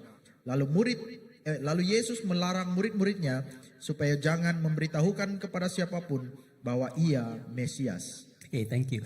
So here we see Jesus took his disciple up to North Caesarea Philippi. Jadi di sini kita melihat Yesus membawa muridnya ke Kaisarea Filipi. And Jesus challenged the disciples with this question. Jadi Yesus mencabar muridnya dengan soalan ini. First he asked, first part of the question, who do people say I am? Bagian pertama soalan itu dia berkata, menurut orang siapa saya ini? So the disciple to Jesus, some say you are John the Baptist, others say you're Elijah, others say you're Jeremiah or one of the prophets. The crowd couldn't make up their mind who Jesus was. Jadi mula-mula mereka berkata, oh kalau kata orang, ada orang kata engkau ni Elia, kata engkau ni nabi-nabi dari zaman dulu. Then Jesus asked, what about you? Lalu Yesus tanya mereka, bagaimana dengan kalian? So as a representative of the 12 disciples, Peter answered, you are the Messiah, you are the Christ, the Son of the living God. Jadi sebagai wakil daripada 12 murid itu, Petrus menjawab, dia kata, engkau adalah Mesias, anak Allah yang hidup. Now, I think Jesus deliberately take the disciple all the way up to the most northern part of Israel to ask them this question. Okay, Jesus deliberately take the disciple right up to the most Jadi further Yesus north. memang dengan sengaja membawa murid-muridnya naik sampai ke Kaisarea Filipi. Jesus wanted the disciples to have a very clear understanding of who he was. Jadi Yesus sebenarnya ingin supaya mereka memiliki suatu pemahaman yang jelas tentang siapa diri dia. If you say Jesus is the Messiah, the next natural question will be, will you worship Jesus? Jadi kalau mereka tahu siapa Yesus, jadi persoalan seterusnya, adakah mereka akan menyembah? Or would you still want to follow after foreign gods? Adakah mereka masih mau mengikuti Allah lain? And I'm very sure the disciples know the history of this place. Jadi saya pasti murid-muridnya tahu sejarah tentang tempat ini. That's why it's so challenging for the disciple. It was as if Jesus brought the disciple back to the point where Israel as a nation failed to worship God. Jadi murid-muridnya juga merasa begitu struggle juga karena Yesus membawa mereka seperti mengingat mereka tentang sejarah bagaimana orang Israel meninggalkan Tuhan. It's as if Jesus said, do you remember what your forefathers did here? Kamu ingatkah apakah nenek moyang kamu telah lakukan di sini? They abandoned God. Mereka meninggalkan Tuhan. They turned to worship foreign gods. Mereka menyembah Allah asing. So it was as if Jesus was asking the disciple, are you prepared to change history? Jadi Yesus seperti mencabar mereka dengan berkata, adakah kamu bersedia untuk mengubah sejarah? And from now on, will you be known as people who worship God and God only? Dan adakah kamu akan menjadi orang yang menyembah Tuhan dan hanya Tuhan saja? And you are prepared to forsake all foreign gods. Dan That you are prepared to forsake all mereka foreign mau gods. akan meninggalkan semua Tuhan-Tuhan yang lain, Tuhan asing. Let's visit Caesarea Philippi. Mari kita melihat Kaisarea Filipi. In Caesarea Philippi, in the national park, you can see this ancient gate. Di tempat ini kita boleh melihat ada suatu pintu masuk yang kuno. Some call this the Canaanite gate, some call this the Abraham's gate. Ada yang menyebutnya sebagai pintu Kanaan, atau ada juga yang menyebutnya sebagai pintu Abraham. This is almost 4,000 years old. Ini sekitar 4.000 tahun. And this has only been excavated recently. Dan ini baru saja ditemui pada kebelakangan ini. And in Genesis chapter 14, there was a reference to Abraham and his nephew. Dan di dalam Kejadian 14 ada menceritakan tentang hal ini. And it was mentioned that Abraham heard his nephew had been taken captive all the way up to this area. Jadi dalam Kejadian 14 ayat yang ke-14 ada menyebut tentang ketika Abraham mendengar bahwa anak saudaranya yaitu si Lot tertawan, maka dikerahkannya orang-orang yang terlatih yakni mereka yang lahir di rumahnya 318 orang banyaknya lalu mengejar musuh sampai ke Dan. So it was believed that Abraham would have been to this place. Jadi dikatakan bahwa mungkin Abraham juga pergi ke tempat ini. And so this was a model rebuilding what the Canaanite gate looks like. Jadi ini adalah satu model yang mereka bangunkan untuk menunjukkan bagaimana pintu pada zaman Kanaan itu. And we also read in the book of Judges Dan kita juga baca di dalam buku Hakim-Hakim that the tribe of Dan, suku Dan, when they were originally allotted the land, it was to the south. dan ketika mereka The original part of the land given to them was to the southern part. sebenarnya tanah yang diberikan kepada mereka adalah bahagian selatan, But they wanted to relocate to the north. tapi mereka mau pergi ke arah utara. And so they came to this place called Laish, which is now known as Caesarea Philippi. Jadi mereka pergi ke tempat yang bernama Laish yang sekarang ini disebut sebagai Kaisaria Filipi. And so they conquered the place, Mereka merebut tempat itu they rebuilt the city, dan mereka membina kota itu and they renamed the city Dan. dan mereka menamakan kota itu Dan. So Judges 18 tells us that this place was known as a Canaanite gates, then later known as Laish, and then later known as Dan. Jadi daripada sejarah kita melihat bahwa tempat itu dulu dikenal sebagai pintu Abraham, pintu Kanaan, dan selepas itu Laish, dan selepas itu dinamakan kota Dan. And so today, if you visit Caesarea Philippi, you can still see the entrance gate here into the city known as Dan. Jadi kalau kita pergi ke Kaisaria Filipi hari ini, kita masih boleh temukan pintu masuk ke kota yang disebut kota Dan. So that is the entrance gate here. Itulah pintu masuk. Now, what happens here in this city is very sad indeed. Jadi apa yang berlaku di kota ini sangat menyedihkan. We're going to read 1 King chapter 12. Kita boleh baca di dalam 1 Raja-Raja 12. And in the interest of time, I just asked Pastor Nicholas to read verse 25 onwards. Verse 25 to 31. 1 Raja-Raja 12 daripada ayat 25 hingga 39. 39. Okay. Oke.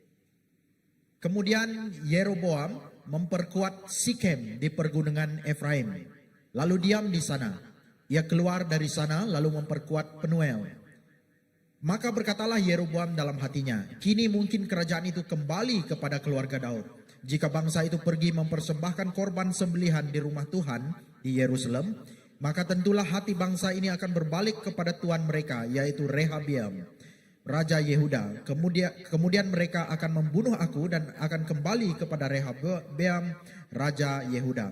Sesudah menimbang-nimbang, maka raja membuat 2 anak lembu jantan dari emas dan ia berkata kepada mereka, sudah cukup lamanya kamu pergi ke Yerusalem, hai Israel. Lihatlah sekarang Allah-Allahmu yang telah menuntun engkau keluar dari tanah Mesir. Lalu ia menaruh lembu yang satu di Betel dan yang lain ditempatkannya di Dan. Maka hal itu menyebabkan orang berdosa. Sebab rakyat pergi ke Betel menyembah patung yang satu dan ke Dan menyembah patung yang lain. Ia membuat juga kuil-kuil di atas bukit-bukit pengorbanan dan mengangkat imam-imam dari kalangan rakyat yang bukan dari Bani Lewi. Kemudian Yeroboam menentukan suatu hari raya pada hari yang ke-15 bulan ke-8 sama seperti hari raya yang di Yehuda, dan ia sendiri naik tangga mezbah itu. Begitulah dibuatnya di Betel, yakni ia mempersembahkan korban kepada anak-anak lembu yang telah dibuatnya itu, dan ia menugaskan di Betel imam-imam bukit pengorbanan yang telah diangkatnya. Ia naik tangga mezbah yang dibuatnya di Betel itu pada hari yang ke-15 dalam bulan yang ke-8, dalam bulan yang telah direncanakannya dalam hatinya sendiri. Ia menentukan suatu hari raya bagi orang Israel dan ia naik tangga mezbah itu untuk membakar korban. I think, okay, that's good. Okay, what happened here is you have the king of Jeroboam.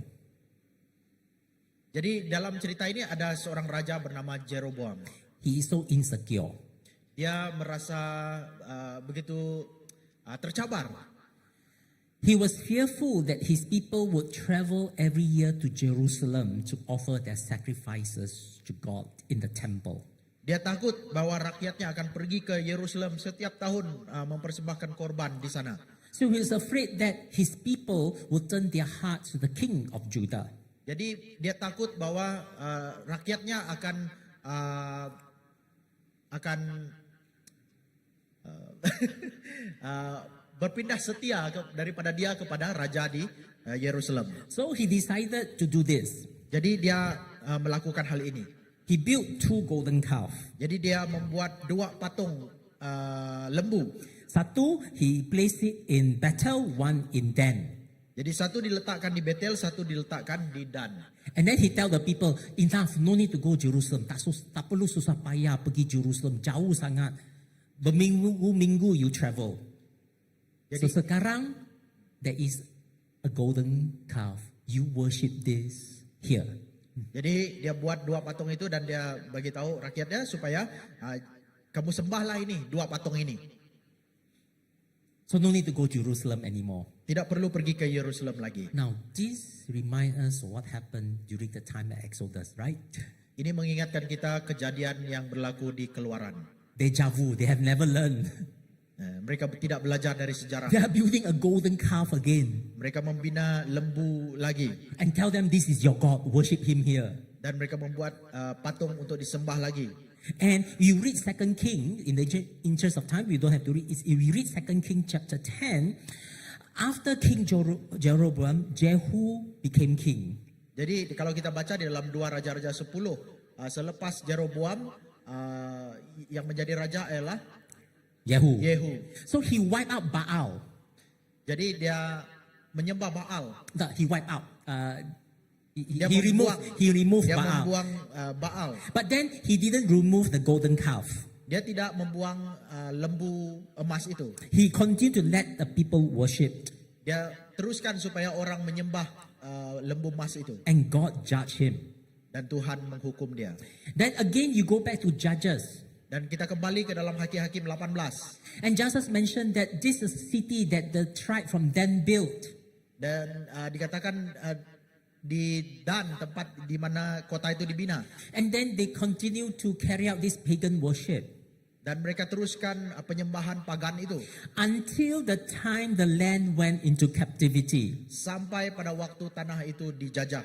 So you can see a long period of time in the history of Israel until the time they went into captivity, they worship foreign gods. Jadi kita lihat bahwa satu perjalanan sejarah yang sangat panjang bagaimana orang Israel menyembah Tuhan yang lain, Tuhan In pagan. in the 1970s, so about 50 years ago only, Jadi lebih kurang dalam 1970-an, archaeologists discovered the very place where the tribe of them worship the golden calf. para ahli arkeologis menjumpai tempat di mana tapak orang Dan menyembah lembu emas. So this is the site that you can see.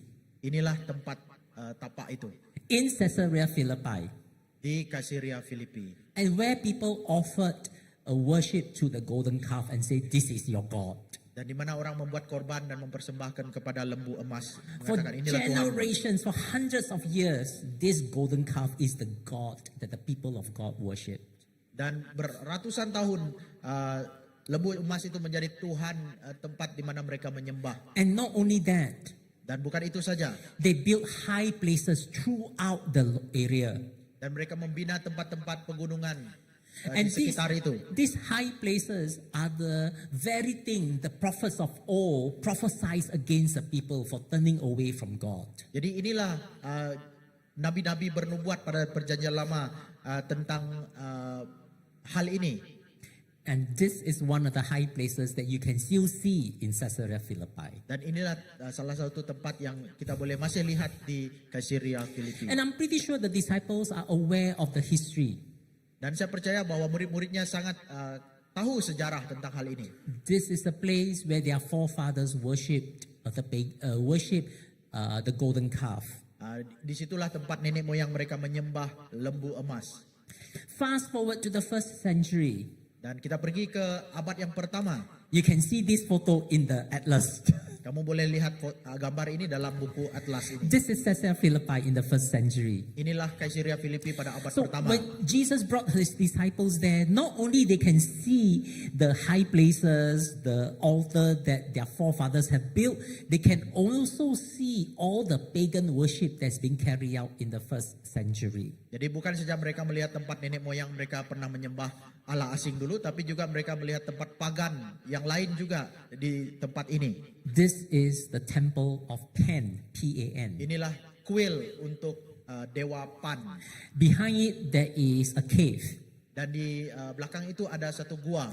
And the cave, if you go inside the cave, there is a spring, the water that flows through. Jadi kalau masuk dalam gua itu ada satu Sungai, air yang mengalir. ya sungai. Then you can see all the niches here for idol worship. Jadi boleh lihat di sana tempat di mana penyembahan patung-patung. Temple, shrines. Ada kuil, ada shrine is what they call it. Oh, macam altar lah. Ya, altar lah. Yeah. This is how it looks like today. Nah, itu bagaimana dia kelihatan pada hari ini. So you can imagine when the disciples stands here, they can remember how their forefathers worship pagan god. They can remember how the people, the Gentile in the first century worship pagan gods. Jadi bila muridnya di sana, mereka boleh bayangkan bagaimana nenek moyang mereka menyembah Tuhan asing di sana dan bagaimana pada zaman mereka orang-orang yang di luar Yahudi juga menyembah di sana. This is a temple of Pan. So you can't see the temple. The temple is just now the photo I show you is in front of this cave. Jadi kuil itu sebenarnya berada di depan pintu gua itu. You walk around, Di sekeliling dia, you can still see the foundations of all the temples. kita masih boleh melihat tapak asal daripada kuil itu. You have the court of Pan and nymphs, Jadi ada tempat penyembahan penyembahan and the nymph lah. Dewa Pan. There is a court of Nemesis. So those of you play games, you all know what this is. The god of vengeance. Ya. Jadi itu Dewa Nemesis. Then you have the temple of Pan and the dancing goats. Ada juga kuil untuk Pan dan the dancing goats. Kambing-kambing yang menari. Kambing-kambing yang menari. Then you have the temple of Zeus. Ada juga kuil untuk Zeus. You Dewa have the Zeus. temple of Augustus. Ada kuil untuk Agustus. Imagine this is what the disciples see. Jadi bayangkan inilah yang murid-murid Yesus lihat. So I think Jesus is challenging the disciples. Jadi saya rasa bahwa Yesus sedang mencabar murid-muridnya. You all know the history. Kamu tahu semua sejarah ini. This is a place known as the worship of pagan. Inilah tempat dikenal sebagai tempat penyembahan pagan. So at this place, in the midst of all these foreign gods that you see, Di tengah-tengah semua tuhan-tuhan asing yang kamu dapat lihat ini, who do you say I am? kamu pikir saya ini siapa? Am I one of those gods? Adakah saya salah satu daripada tuhan-tuhan itu? Or am I the one and true God that you will worship and only one God that you Dan will adakah pledge your saya allegiance to? Dan adakah saya satu-satunya Tuhan yang harus disembah? Friends, I think sometimes we may have to come to this point of journey in our own life. Jadi kadang-kadang kita sampai kepada satu tahap di mana dalam perjalanan kehidupan kita, We need to make this firm decision whom we will worship. jadi kita perlu membuat satu keputusan yang sangat teguh siapa yang harus kita sembah. We can look around, look at all the gods that we see today. Kita boleh lihat sekeliling kita Tuhan-Tuhan yang disembah pada hari ini. We can look at all the things in the world that draw our attention away from God. Kita boleh lihat berbagai perkara Tuhan yang boleh menarik perhatian kita. Who do you say I am? Jadi kita boleh pikir siapakah Yesus. So for the disciple personally, it is also a time where they need to make their personal commitment to Jesus. Jadi bagi murid-murid Yesus pada masa itu adalah waktu di mana mereka membuat suatu komitmen yang secara pribadi. Because after Caesarea Philippi, if you read the Gospels, Sebab setelah daripada Kaisaria Filipi, kalau kita baca di dalam Injil, after that, Jesus traveled all the way down south and up to Jerusalem. Yesus membawa muridnya untuk berjalan ke selatan dan pergi ke Yerusalem. This will be the final time that Jesus is going to go to Jerusalem. Dan itu adalah kali terakhir Yesus pergi ke Yerusalem. He's going to give his life as a ransom for many. Dan dia memberikan hidupnya sebagai penebusan bagi banyak orang. So for many New Testament scholars, Jadi banyak sarjana perjanjian baru, for many of us, we all believe that Caesarea Philippi is a turning point. ya, kami percaya bahwa Kaisaria Filipi ini menjadi tempat turning point. Okay, Titik perubahan berlaku di sana. before Caesarea Philippi, Sebelum Kaisaria Filipi, we see the ministry of Jesus is focused on the public. It's all his public ministry. jadi sebelum Kaisaria Filipi, banyak pelayanan Yesus itu fokus kepada umum. After Caesarea Philippi, Tetapi selepas daripada Kaisaria Filipi, Jesus spends a lot of time with the disciple personally. Yesus banyak meluangkan masa secara personal dengan murid-muridnya. The crowd is there, but they are at the background already. Orang banyak masih ada di sana, tetapi mereka hanya di sebalik tabir saja.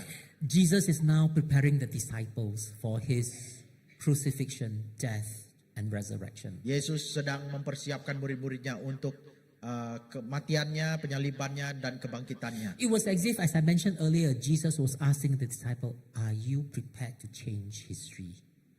Seperti Yesus bertanya kepada muridnya, adakah kamu bersedia untuk mengubah sejarah? We may have been known as people who compromise. Kita mungkin dikenal sebagai orang yang bertolak ansur. We may have been known as people who worship pagan gods. Kita mungkin dikenal sebagai orang yang pernah menyembah Tuhan asing. Our family is known as a history of being unfaithful to God. Sejarah keluarga kita mungkin dikenal sebagai orang yang tidak setia kepada Tuhan. But are we prepared to make this commitment from this day onwards? We will worship God and God only. Tapi apakah kita bersedia untuk membuat satu komitmen untuk daripada hari ini untuk menyembah Tuhan dan hanya Tuhan sahaja? And we're going to abandon all these foreign gods. Dan kita meninggalkan semua Tuhan-Tuhan lain ini. And we change history. Dan kita mengubah sejarah. History in our lives, Sejarah dalam hidup kita sendiri, in our family, di dalam keluarga kita, in our community, dalam community kita, in our church, di dalam gereja kita, and God willing, for our nation as well. dan kalau Tuhan berkehendak untuk bangsa kita juga. That's why after the confession of Peter, Jesus said these words. Jadi setelah pengakuan Petrus, Yesus berkata begini, And I tell you, you are Peter, and on this rock I will build my church, and the gates of Hades will not prevail against it. Jadi dia berkata, engkau Petrus, dan di atas batu ini aku akan membina gerejaku, dan pintu kerajaan maut tidak akan menguasainya. And Jesus promises the disciples that yes, they're going to change history. Dan Yesus memberi jaminan kepada muridnya bahwa mereka akan mengubah sejarah. And there'll be forces of darkness that is going to work against them. Dan kerajaan kegelapan akan melawan mereka. And also us today. Dan kepada kita juga. But the God who built the church Tetapi Tuhan yang telah membina gereja will ensure that the church remains strong. akan memastikan bahwa gereja itu akan tetap kuat. It is only after I visited Caesarea Philippi that these words of Jesus hit home to me. Setelah saya melawat Kaisaria Filipi, ayat ini begitu kuat kepada saya. This cave here, the temple of Pan here, Gua ini yaitu di belakang kuil Dewa Pan itu. as you enter, it's all pitch darkness. Dan kalau kita masuk, di dalamnya sangat gelap sekali. This is where they offer, the priests of Pan offer sacrifices to him. Jadi di sanalah tempat di mana orang mempersembahkan korban kepada Dewa Pan. And if you read ancient literature, Dan kalau kamu baca kesusastraan kuno, they describe this place, mereka mengatakan tentang tempat ini, this cave here, as the place of Hades. Dikatakan gua ini adalah tempat kerajaan maut, Hades. And Jesus brought his disciples to Caesarea Philippi. Dan Yesus membawa muridnya ke Kaisaria Filipi. Imagine standing facing the gates of hell. Dan bayangkan dia berdiri di depan pintu neraka. And ask the disciple, who do you say I am? Dan dia bertanya kepada muridnya, menurut kamu siapakah aku ini? You are the Christ. Kamulah Mesias. And Jesus said, I tell you, Peter, Dan Yesus berkata, engkau Petrus, on this rock, di atas batu ini. I will build my church as a metaphor. Ini sebagai metafora. Di atas batu ini aku akan membina gerejaku. The gates of hell is here. Dan pintu neraka itu berada di sini. It shall not prevail against it. Dan ini tidak akan menguasainya. All the pagan gods that you see here has no power against you. Dan semua tuhan-tuhan asing pagan ini tidak dapat berkuasa melawan kamu. Will you come and follow me? Adakah kamu akan datang mengikuti saya? So this is one example where you can use the atlas. Jadi ini salah satu cara bagaimana kamu boleh menggunakan buku atlas ini. I mentioned right in the beginning here, if I can show you here, you can refer to chapter 2, chapter 6, chapter 10. Jadi seperti awal tadi kita boleh lihat, kamu boleh lihat dalam bab 2, bab 6 dan bab 10 dalam buku atlas ini. Then you can understand the word of God in a deeper manner. Dan kamu boleh memahami firman Tuhan daripada perspektif yang berbeza. And this is what I meant by looking it from a biblical, historical perspective. Dan inilah yang saya katakan melihatnya daripada perspektif biblical dan sejarah. Okay, can we take a 5 minutes break? I'll pull out my next sets of slides. Boleh kita lihat 5 minit sekejap. And then we will wrap up in our final session and how we're going to read maps in the atlas. Dan kita akan pergi ke sesi seterusnya untuk melihat bagaimana kita boleh menggunakan peta.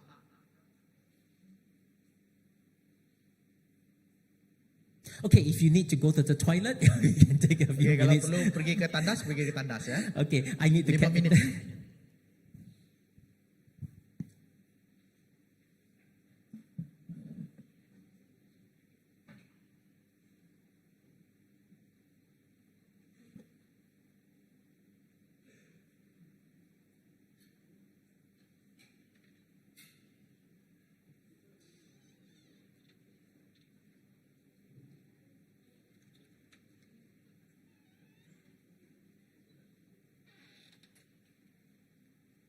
Oke, sesiapa yang sudah menulis online, mungkin boleh angkat tangan dan kami boleh kolek ya. Thank you.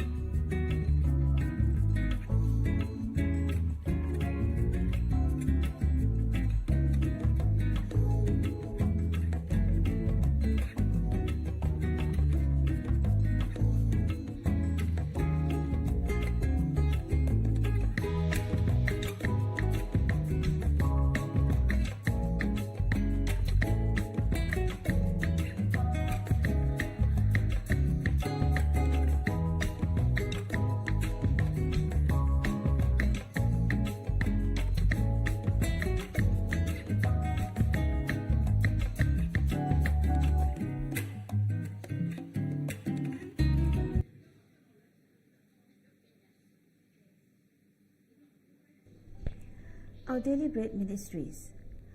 Our ministry began in 1938 when Dr. Martin Dehan, founder of Our Daily Bread Ministries, launched a small radio program in the US called the Detroit Bible Class. Today, we distribute over 60 million spiritual resources each year across 150 countries and regions. The Our Daily Bread devotional book followed soon after, and the Malay version was first published in 1998. In 2015, we changed our name to Our Daily Bread Ministries, or ODBM for short, to make it easier for people to know us better. ODBM Malaysia was established in 1995. We currently have 3 offices in Johor Bahru, Subang Jaya, and Kota Kinabalu. We serve over 1,000 churches and 80,000 readers in Malaysia, with 30 dedicated co-workers faithfully serving in the roles the Lord has entrusted to us, each according to their duties. In September 2024, our Johor Bahru office relocated to Permas City, a new chapter in our growth. Our mission is to make the life-changing wisdom of the Bible understandable and accessible to all. Our vision is to draw people closer to Jesus, to serve the local church, and to grow more like Christ every day. We desire to bring spiritual materials to people to help them build Bible-centered lives where they can receive, reflect, and respond to God's Word every day. All of our materials are designed to help people understand the Bible more easily through content that is close to life. Every year, we distribute over 200,000 printed and digital materials in English, Chinese, and Malay. Whether in print, by email, or through our app, we help our readers with different reading habits to easily obtain and receive life-changing Bible wisdom. We also connect with audiences through digital platforms like our website, emails, Facebook, Instagram, YouTube, Spotify, TikTok, and more. While Our Daily Bread remains our core devotional, we offer much more. What other materials do we have besides Our Daily Bread? The Journey Through series takes readers book by book through the Bible, systematically read the entire Bible, ideal for personal devotion or small group study. Our outreach materials help share the gospel by addressing real-life issues. They are great for Christians in the workplace or marketplace to share the gospel with colleagues, friends, clients, and family. The Discovery series explores Bible-based answers to life's tough questions, helping believers grow stronger in faith and wisdom. Our church ministry team builds bridges with local churches, shares our spiritual materials, and partners in organizing Bible conferences and events. This year, we launched a new initiative, Strengthening Families with God's Word. We are equipping those in the boarding community, teachers, dorm leaders, co-workers, and pastors to become spiritual families for youth, nurturing them to be Christ-centered individuals. We strive to make Bible wisdom understandable and accessible. We invite you to change hearts of people through Bible wisdom. There are 3 powerful ways to transform lives: receive, reflect, respond to God's Word daily, and grow to be more like Christ. Studies show that reading the Bible at least 4 times a week significantly impacts Christian growth and spiritual transformation. There are 4 key stages to spiritual growth. 1. Understanding the Christian faith. 2. Discipleship training. 3. Living out the Christian faith. And 4. Disciple maker. You are more than just a reader. You are a valued partner in our ministry. Wondering how you can get involved? Here's how. Use: read, subscribe, and share. Receive, reflect, and respond to God's Word. Giving: support us financially. Pray: partner with God through your prayer. Volunteer: help with email packaging, translation, proofreading, editing, and more. We welcome you to be part of what God is doing through ODBM. Thank you for your support and participation in Our Daily Bread Ministries. Together, let's continue sharing God's Word and changing lives.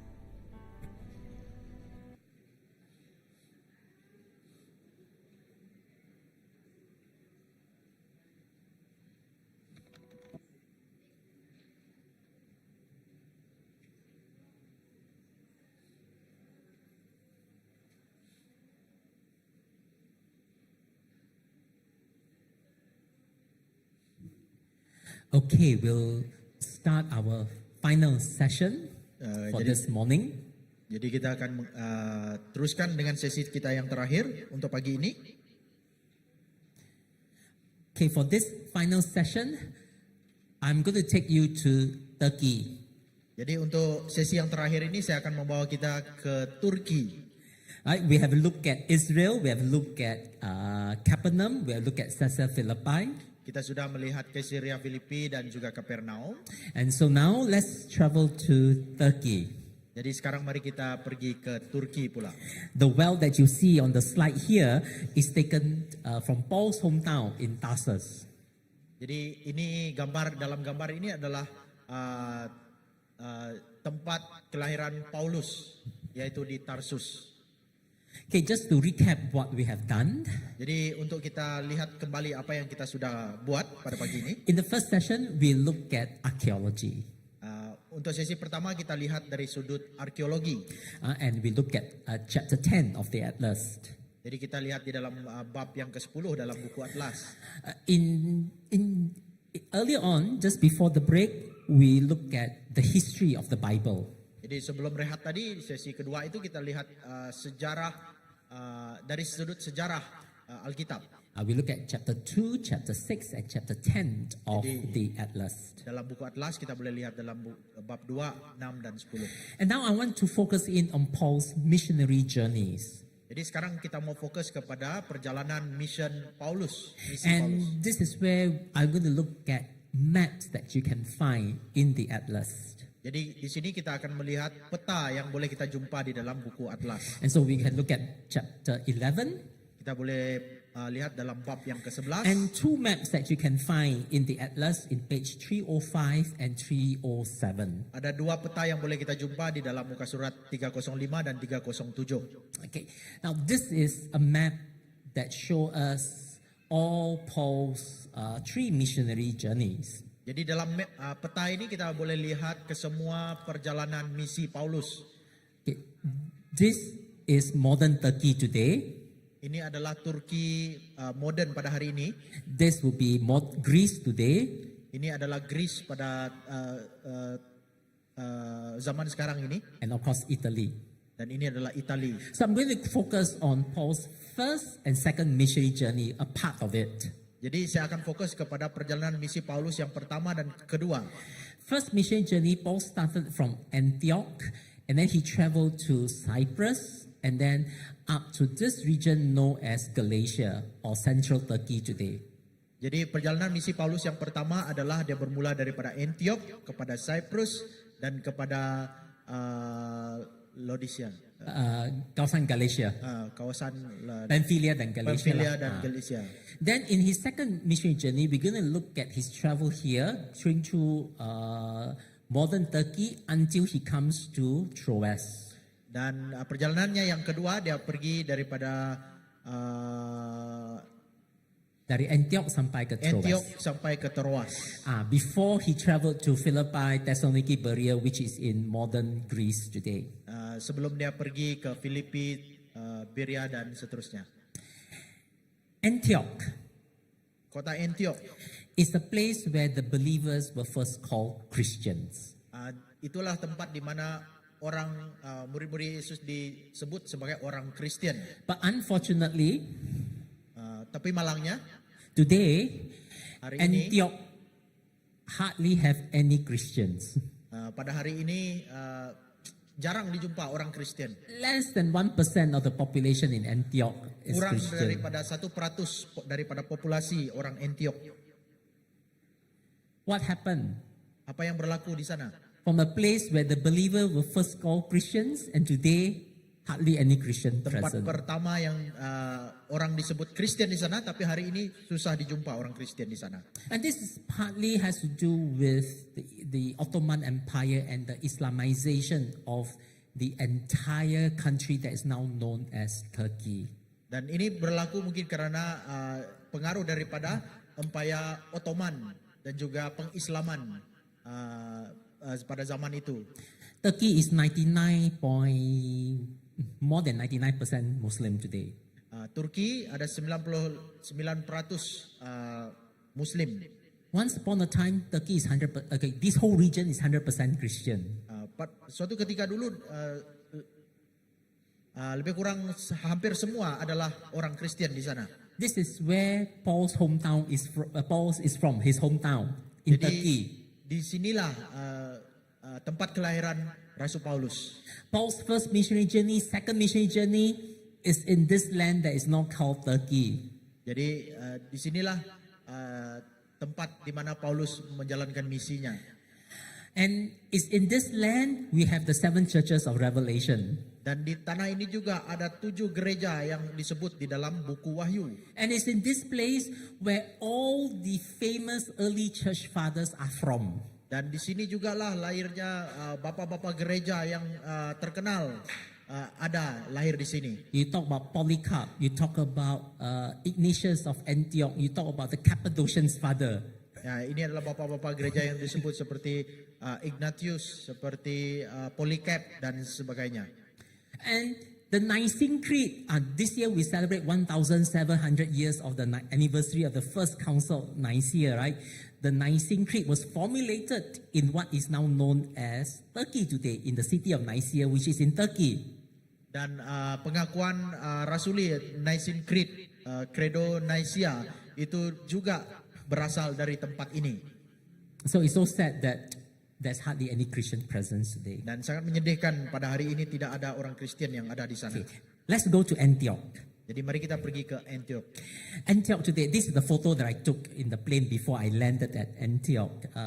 Ini adalah gambar saya ambil daripada kapal terbang sebelum kami mendarat. And you can still see the river that flows through the city, the Orontes River. Jadi masih boleh terlihat sungai yang mengalir daripada kota itu. And this is the city of Antioch. Inilah kota Antioch. But today you can't see Antioch like this anymore. Tapi hari ini kita dapat melihat Antioch seperti ini lagi. Because recently there was a major earthquake that destroyed the entire city. Dan dalam belakangnya ada berlaku gempa bumi yang telah menghancurkan seluruh kota ini. All the buildings that I used to see here, they are gone already. Semua bangunan yang pernah saya lihat di sini sudah tiada lagi. So it is Antioch that the believers were first called Christians. Jadi di kota Antioch lah orang murid-murid pertama disebut sebagai Kristen.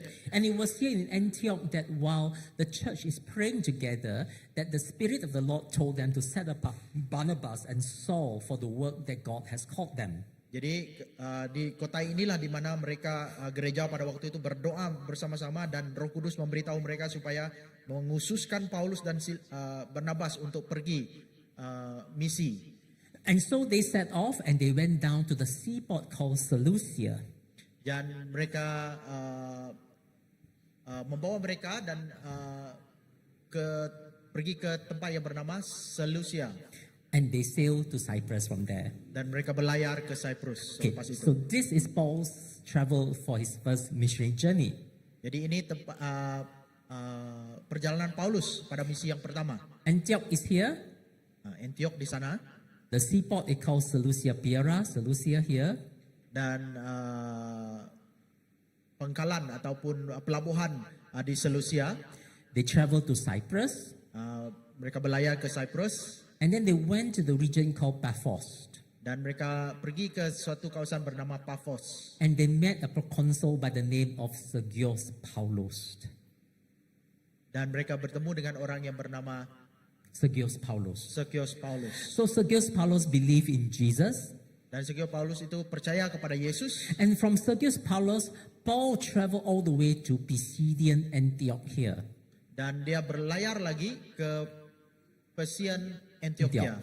Now this is something very, very peculiar. Very interesting. Dan tempat ini sangat menarik.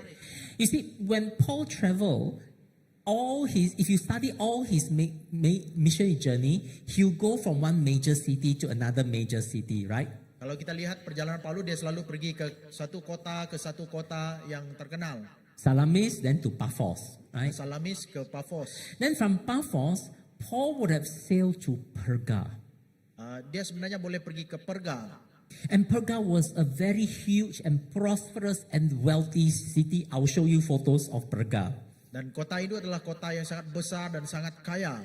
But if you read the narrative in the book of Acts, Paul did not stop by Perga. He landed at Perga and he immediately traveled to Pisidian Antioch. Jadi kalau kita baca dalam Kisah Para Rasul, ketika dia sampai ke Perga, dia tidak terus tinggal di Perga, tapi dia terus pergi ke Pisidia. And then after that, he went to the region of Iconium, Lystra, Derbe. Then on the way back, only he preached the gospel to the people in Perga. Dan dia pergi juga ke Iconium, Iconium, Lystra, dan Derbe, dan Patah balik. lepas itu baru dia pergi ke Perga dan memberitakan Injil di sana. Now that's very unusual. Dan itu suatu yang tidak biasa dilakukan. We would expect Paul to preach the gospel in Perga, then travel to Pisidian Antioch. Kita mungkin berpikir bahwa dia akan memberitakan Injil di Perga dan selepas itu baru dia pergi ke Antioch. But Paul did it the reverse way. Tetapi dia melakukan sebaliknya. That's something very unusual. Itu suatu yang tidak umum, tidak biasa. And secondly, something very unusual also happened here. Ada juga suatu yang agak lain terjadi di sini. If you live in the first century, Kalau kamu mau hidup di dalam abad yang pertama, you would hardly travel from Perga to Pisidian Antioch according to this direction. dan kalau kita hidup di abad pertama agak tidak biasa untuk kita daripada laluan yang ditunjuk tadi. You would travel usually from overland here to Pisidian Antioch, Biasanya kita akan menggunakan jalan darat daripada sebelah lain, not from Perga. bukan daripada Perga. So when you look at the map, you begin to ask a few questions as you think about the topography, the terrain. Jadi kalau kita melihat peta ini, kita akan bertanya beberapa soalan. This is because Pisidian Antioch is on a very high elevation. Jadi karena Pisidia Antioquia ini berada di tempat yang agak tinggi. I think it's about 1,000 meters above sea level. Dia lebih kurang 1.000 meter tinggi daripada paras laut. Perga is at the sea level. Perga berada di paras laut. So if you travel from Perga to Pisidian Antioch, it means uphill all the way. Jadi kalau daripada Perga sampai ke Pisidia ini maksud kita naik begitu jauh sekali. And if you have the opportunity to follow me on one of the tours, the pilgrimage I do, you can tell the difference when you travel from Pisidian Antioch to Perga. Jadi kalau pernah mengikut saya, kamu akan dapat rasakan sendiri betapa lain ada bezanya kalau daripada Perga sampai ke Antioch Pisidia. In Perga, you have to wear a jacket. Di Perga kamu perlu menggunakan jaket. If you reach Perga, so in Pisidian Antioch, you have to wear a jacket uphill. Kalau di Antioquia kamu perlu menggunakan jaket. When you arrive in Perga on the same day itself, you take off your jacket. Kalau kamu sampai di Perga pada hari yang sama, kamu perlu buka jaket. The temperature difference can be almost about 6 to 10 degrees. Jadi perbezaan suhunya boleh lebih kurang daripada mungkin perbezaan antara 10 darjah Celcius. Yes. And the road that you travel from Perga to Pisidian Antioch is a very, very difficult path to walk on. Jadi perjalanan daripada Perga sampai ke Pisidia itu pun juga adalah perjalanan yang sangat sukar sekali. And this could be one of the reasons why John Mark left the team at Perga. Jadi ini mungkin antara sebab mengapa Markus meninggalkan perjalanan misi ini. Mark would have come from a wealthy family because we read in Acts, right? They got a family house. If you have a house in Jerusalem in the first century, you're very wealthy. Nah, kalau kita lihat si Markus itu sebenarnya berasal daripada keluarga yang agak kaya dan berada. So you imagine for him to think, wow, this road very susah. No, this is even worse than taking the river ride in Sungai Rejang in Sarawak. It's even more difficult. You know, I cannot take this kind of journey. So he left. Jadi mungkin dia pada waktu itu merasa bahwa perjalanan ini sangat sukar. Jadi saya tidak sanggup. Okay, let me show you some of the photos. Jadi saya mau tunjukkan beberapa gambar. This is the harbor, the seaport of Seleucia where Paul traveled from to Cyprus. Jadi ini adalah tempat pelabuhan Seleucia di mana Paulus Seleucia tempat dia baru sampai tadi. Dia He left Seleucia to Cyprus. Oh, dia meninggalkan Seleucia dan pergi ke Cyprus. So when he's in Cyprus, he met a proconsul by the name of Sergius Paulus Jadi di sana dia bertemu dengan seorang yang bernama Sergius Paulus in Paphos. di Paphos. So Sergius Paulus was a very well-known person in the first century Jadi orang ini sangat dikenal pada abad yang pertama. because there are many inscriptions, many stones that carry his name can be discovered today. Jadi ada banyak batu yang ditemukan yang mengukir nama beliau. And one of the most important one was discovered in Pisidian Antioch. Jadi ada yang ditemukan di Pisidia Antioquia And this was discovered in 1912. dan ini dijumpai pada tahun 1912 And this inscription bears the name of Sergius Paulus. dan batu ini terukir nama Sergius Paulus. This was in Latin. Ini dalam bahasa Latin. So you can see the name Sergius Paulus here. Boleh lihat di sana nama Sergius Paulus di sana. According to archaeologists, Menurut arkeologi, Sergius Paulus, who was a proconsul in Cyprus, Paphos, could have originated from Pisidian Antioch. jadi ada orang berpendapat bahwa Sergius Paulus ini mungkin berasal daripada Antioch tadi. Pisidian Antioch, yes. And then they have also discovered another inscription that bears the name of Sergius Paulus and his son. Dan ada orang jumpa juga nama Sergius Paulus dan juga nama anaknya. And this was discovered in Pisidian Antioch. Dan ini dijumpa di Pisidia Antioquia. It probably suggests to us Dan ini mungkin mencadangkan kepada kita that Sergius Paulus could have been from Pisidian Antioch and he has family connections in Pisidian dia mungkin Antioch. berasal daripada Pisidia Antioquia dan mungkin ada garis keluarga yang daripada sana. So this may explain why after Paul met Sergius Paulus and Sergius Paulus became a Christian, Jadi ini memberikan kita satu gambaran bahwa bagaimana Paulus berjumpa dengan Sergius Paulus dan bagaimana dia percaya kepada Tuhan. and then after that he traveled immediately to Pisidian Antioch. Dan itulah sebabnya mengapa dia terus pergi ke Pisidia Antioquia. He bypassed Perga Dia hanya lalu saja Perga. and then he traveled all the way uphill in the very dangerous road. Dan dia berjalan melalui perjalanan yang sangat sukar. Perhaps, maybe, but Sergius Paulus said, Paul, I want you to go to my family in Pisidian Antioch, bring the gospel to them. Jadi dia pergi ke mungkin Sergius Paulus ini menyuruh dia pergi kepada memberitakan Injil kepada keluarganya di sana. This is one possibility that explain why, if you look at map, Paul's travel doesn't make sense. Kalau kita melihat di dalam peta perjalanan Paulus ini tidak masuk akal. Okay, this is the seaport here that you can see right at the edge here. This is the waterfall, the seaport here. This is where Paul will have land here near Perga. And from here, Perga, Paul traveled all the way uphill. Jadi dari gambar itu kita lihat bagaimana tempat di mana Paulus berlabuh dan terus membuat perjalanannya ke atas. This is the city of Perga. Dan inilah kota Perga. There is this one main street. It's like Orchard Road, Bukit Bintang, shopping street. Satu batu panjang, 1 kilometer in length. Dan inilah jalan kuno yang dulu yang sangat lebih kurang 1 batu panjangnya. And so you enter from the gate here. So this will be the gate that you enter into the city. Dan ini adalah pintu masuk kepada kota itu. And then as you walk along that 1 kilometer plus main road, right? This is how it looks like. Dan kalau kita berjalan lebih kurang 1 kilometer lebih perjalanan itu, inilah pemandangan yang boleh kita lihat. Shops here, shops here. Ada beberapa tempat di sana, tiang-tiang di sana. Semua kedai-kedai. Ya, kedai-kedai. 1 kilometer panjang. 1 kilometer panjang.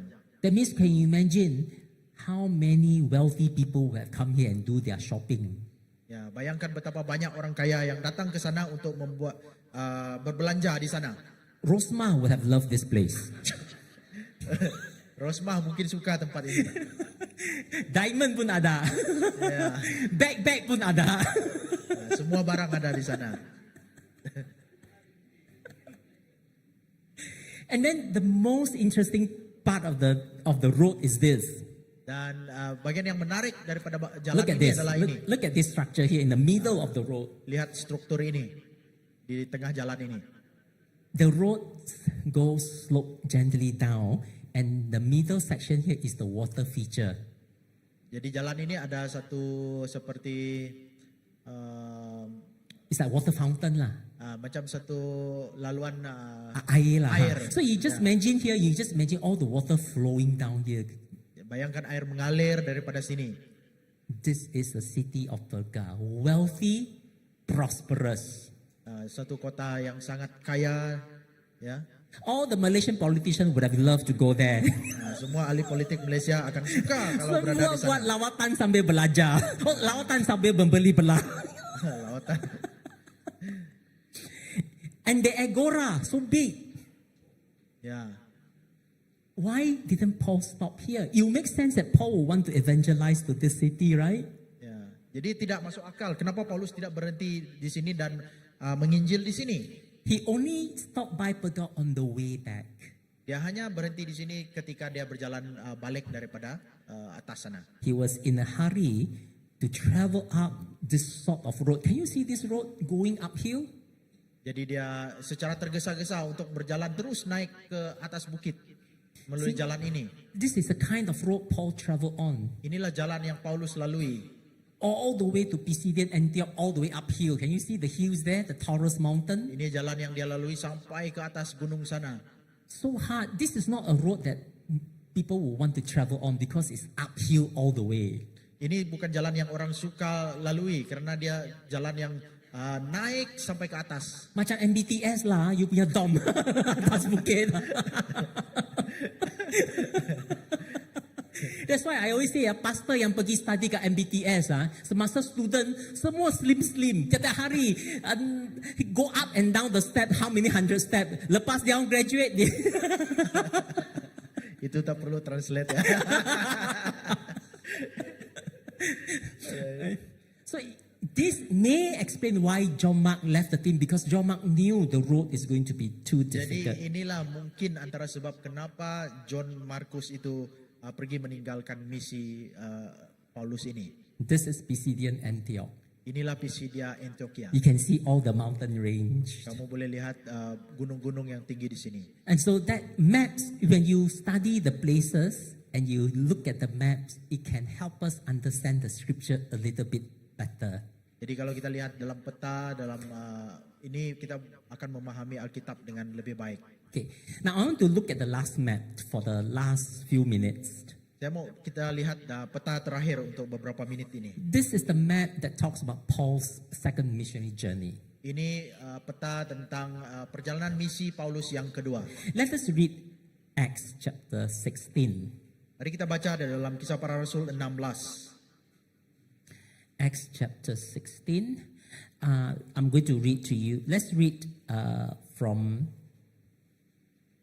verse 6 up to 10. 6 up to 10. Kisah Para Rasul 16 ayat 6 sampai 10. I read. Yes. Okay. Ayat 6, mereka melintasi tanah Frigia dan tanah Galatia karena Roh Kudus mencegah mereka untuk memberitakan Injil di Asia.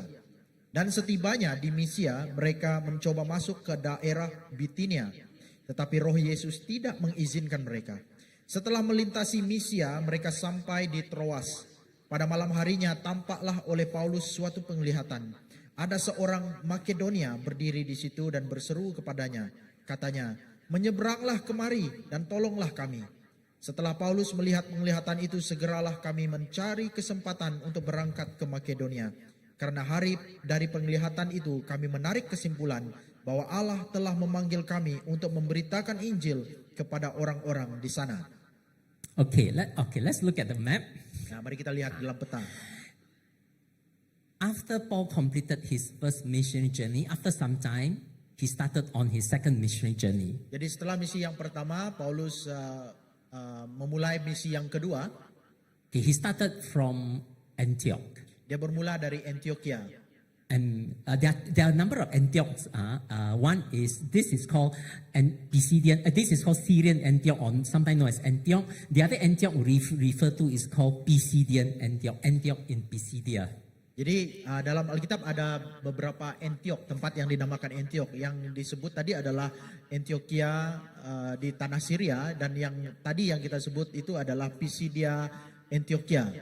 And Paul said, let's visit the churches that we planted during our first missionary journey. Jadi Paulus pergi melawat gereja-gereja yang mereka tumbuhkan di misi mereka yang pertama. So if you follow, Paul started from here. Paul traveled through the region of Cilicia, Pamphylia to Galatia, and Pisidian Antioch. Now, this will be the normal way that people will travel to Pisidian Antioch, not from Perga. Remember just now we talked about from Perga to Pisidian Antioch. This would have been the normal route that people would take. Jadi ini adalah perjalanan yang biasanya orang ambil untuk pergi ke Pisidia Antioquia. Okay, then when they traveled here, they wanted to go to the region of Bithynia, which is purple here, right on the north. Jadi mereka naik lagi ke atas utara yang disebut sebagai Bithynia. And they also wanted to go to Asia, which is this part here. Most likely Ephesus, because Ephesus is the major city in Asia. Jadi mereka berencana untuk pergi ke Asia. Okay, so what happened was, as they travel, Paul said, maybe we should go to Asia, travel further west. Jadi pada mulanya mereka berencana bahwa mereka mau pergi ke Asia dan pergi ke arah barat. And we read in chapter 16 just now, verse 6, the Spirit kept them from preaching the word in the province of Asia. Jadi kalau kita baca dalam Kisah Para Rasul 16 tadi, ayat 6 mengatakan bahwa Roh Kudus mencegah mereka untuk memberitakan Injil di Asia. So they want to go west, cannot go. Mereka mau pergi ke barat tapi tidak boleh pergi. So where can they go? Jadi kemana mereka boleh pergi? They go north. Mereka pergi ke utara. They try to go to this region called Bithynia. Mereka coba pergi ke Bithynia. And then the Spirit stopped them again. You look at verse 7. Dan Roh Kudus menghalang mereka lagi. Lihat di dalam ayat yang ke-7. Yeah. So you want to go west, cannot. Want to go north, cannot. Where can you go? Jadi, nak pergi ke barat tidak boleh, nak pergi ke utara pun tak boleh. Kemana mau pergi? Either you patah balik, sama ada mau patah balik, or you go northwest. Ataupun pergi ke apa tuh? Utara barat. Barat utara, betul nggak? Saya mudah geografi sudah lintang bukan. Saya pikir Tenggara, bukan Tenggara kat sini lain. Okay, now notice, where did they travel? The scripture tells us they travel all the way to Troas. Jadi mereka pergi ke Troas. Look at the map. Mana itu Troas? Nah, lihat di dalam peta, di mana Troas itu? Troas is a seaport by the sea. Jadi Troas ini adalah di satu pelabuhan. So can you imagine if you were Paul, you're on this journey. Jadi bayangkan kalau kamu adalah Paulus di dalam perjalanan ini. You want to go west, you cannot go. Kamu nak pergi ke barat, tidak boleh. You want to go north, you cannot go. Nak pergi ke utara pun tidak boleh. Paul would have traveled for at least more than 1,000 kilometers here. Paulus sudah mungkin berjalan sepanjang lebih 1,000 kilometer. Not knowing where to go. Tidak tahu kemana dia pergi. If you're Paul, how would you have felt? Kalau kamu adalah Paulus, apa yang kamu rasa? Didn't God call me to be on this mission? Bukankah Tuhan yang memanggil saya untuk misi ini? Why are all the doors closed? Jadi mengapa terjadi ini? And I come to Troas. Dan dia pergi ke Troas. I reach a seaport. Where can I go? Dan dia pergi ke pelabuhan dan dia bertanya kemana dia harus pergi. In front of you is the agency. Dan di hadapan dia itu adalah laut Agent. Agent. Where can you go? Kemana dia boleh pergi? If I'm Paul, I would have felt very, very lost. Kalau saya seperti Paulus, mungkin saya akan rasa begitu kehilangan arah. This is the photo of Troas. Ini adalah gambar Troas.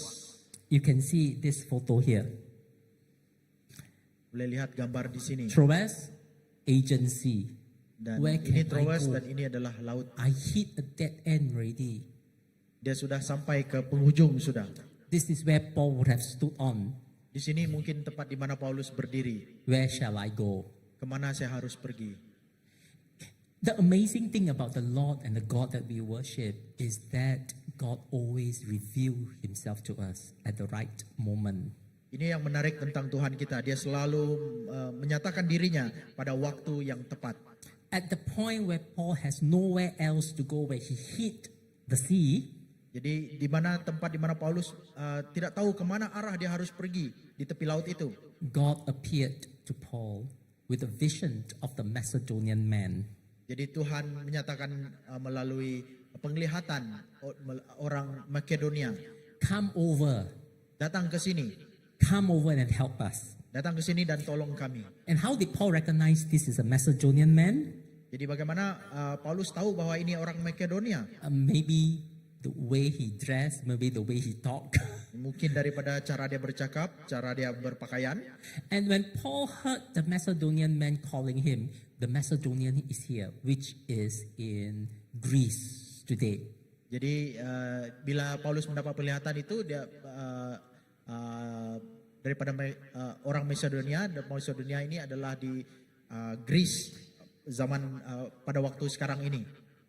Paul realized that this is where God is leading him. So he traveled from Troas, leaving behind modern Asia and bring the gospel to modern Europe today. Jadi dia meninggalkan Asia dan dia pergi ke Eropa. So if we don't read the maps, Dan kalau kita tidak membaca peta, we would not understand the significance of Troas. kita tidak akan tahu betapa pentingnya Troas ini. We may think, Troas another city. Kita hanya pikir Troas ini sebagai salah satu kota saja. But if we refer Troas in the map Tapi kalau kita lihat Troas di dalam peta, and look at the scale, how many kilometers Paul had traveled, you would have known that Paul traveled a long, long distance without knowing where to go. jadi kalau kita lihat dalam peta, kita akan tahu bahwa Paulus sudah berjalan sangat jauh tanpa tahu kemana arah dia harus pergi. All that Paul knew was, this place I cannot go, that place I cannot go. Yang dia tahu hanya ke sana dia tidak boleh pergi, ke sini pun dia tidak boleh pergi. Maybe some of us is like that. Mungkin kita juga seperti itu. We have been following God. Maybe we're a little bit at a loss. Lord, what is next for me? Kita rasa kehilangan arah. Apa seterusnya untuk kita? God, have you not promised me that this is where you will lead me? But I'm still wandering in the dark. Mungkin kita kata, bukankah Tuhan kau berjanji bahwa engkau akan memimpin, tapi saya rasa masih dalam kegelapan. But know that when we reach the Troas in our life, Dan ketahuilah kalau kita sampai ke Troas di dalam kehidupan kita, where we have nowhere else to go, ketika kita tidak tahu kemana kita akan pergi, in front of us Di is the hadapan kita. vast sea. di hadapan kita ada lautan yang luas terbentang. Know that God, that's the time where God will speak to us. Itulah di mana Tuhan akan berbicara kepada When kita. God guides Paul Ketika Tuhan memimpin Paulus to modern Europe, ke Eropa modern, and Paul changed the history of Europe today.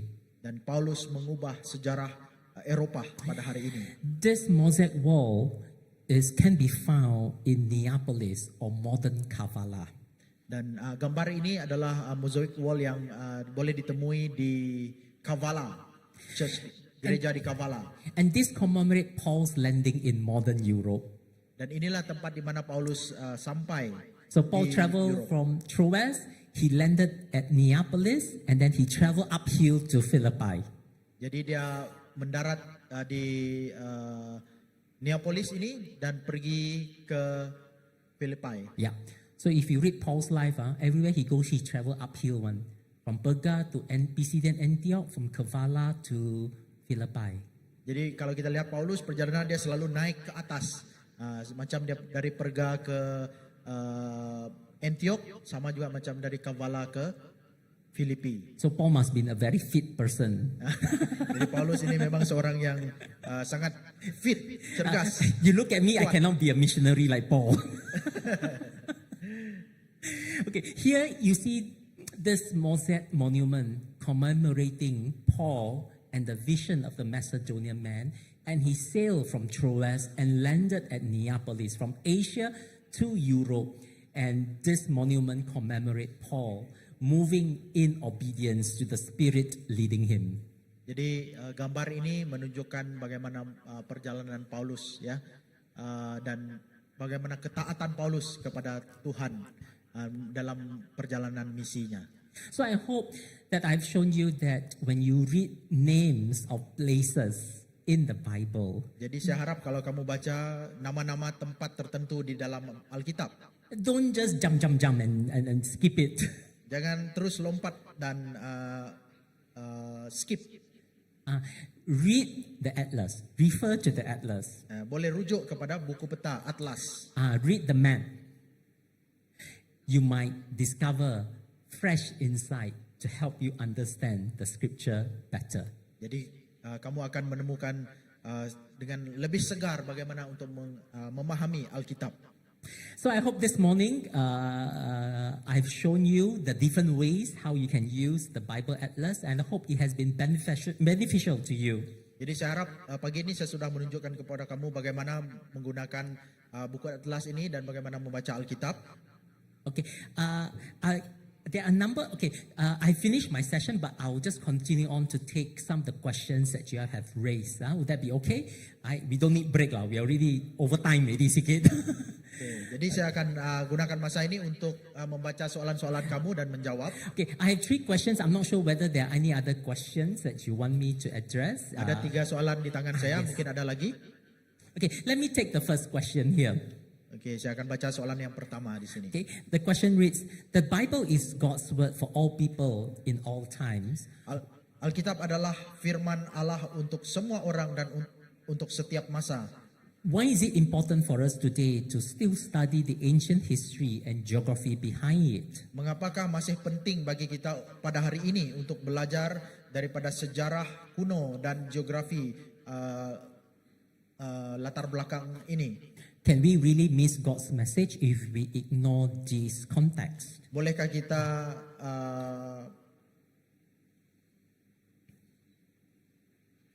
really miss God's message? Macam mana kata kita kehilangan ataupun kita terlepas message yang disampaikan kalau kita mengabaikan konteks ini. Yes, I strongly believe the Bible is a message for all of us at all times. If not, it would not be called God's word. Jadi saya memang percaya bahwa Alkitab adalah untuk semua orang dan untuk setiap masa. And I really believe that the Spirit will enlighten us when we read the Scripture. Dan saya percaya bahwa Roh Kudus akan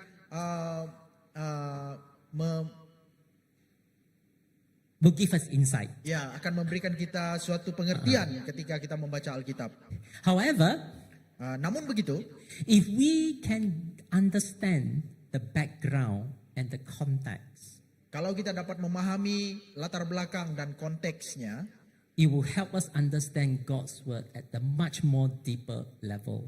ia akan membantu kita untuk memahami Alkitab dengan lebih mendalam lagi. You see, the Bible is written not in the vacuum.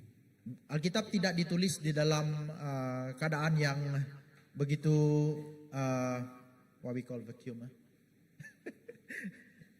It's not like Al-Quran drop from the sky, macam tu lah. Bukan sesuatu yang Okay. jatuh begitu sahaja. Yeah, it's written to God's people at a particular point in time in history in a particular place. Dia ditulis melalui umat Tuhan pada waktu Okay. tertentu, pada masa tertentu. There is a context to it. Ada konteksnya.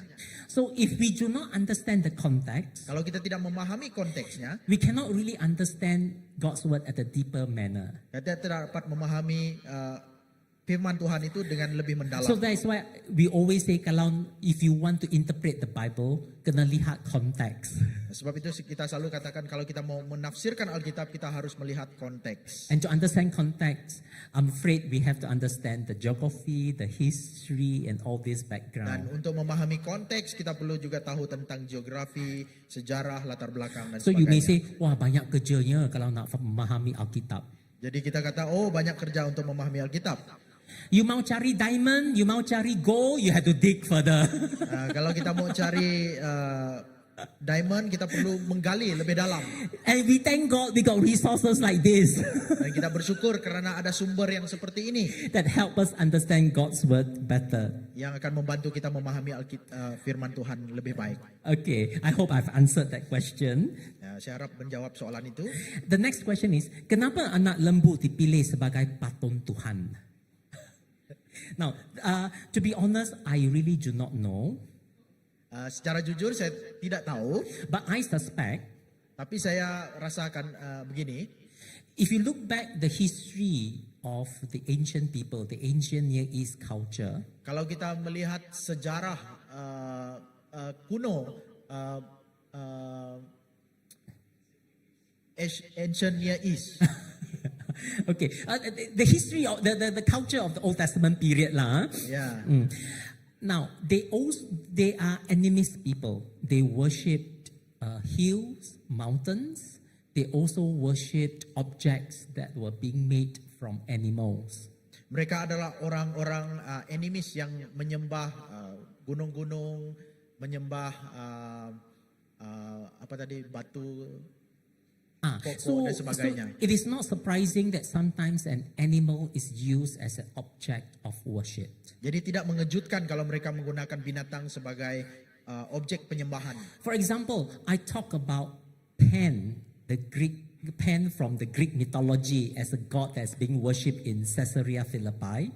Macam yang saya sebut tadi tentang Dewa Pan yang disembah oleh orang Yunani. Now, Pan is believed to be a half god, half animal. Dewa Pan itu dikatakan separuh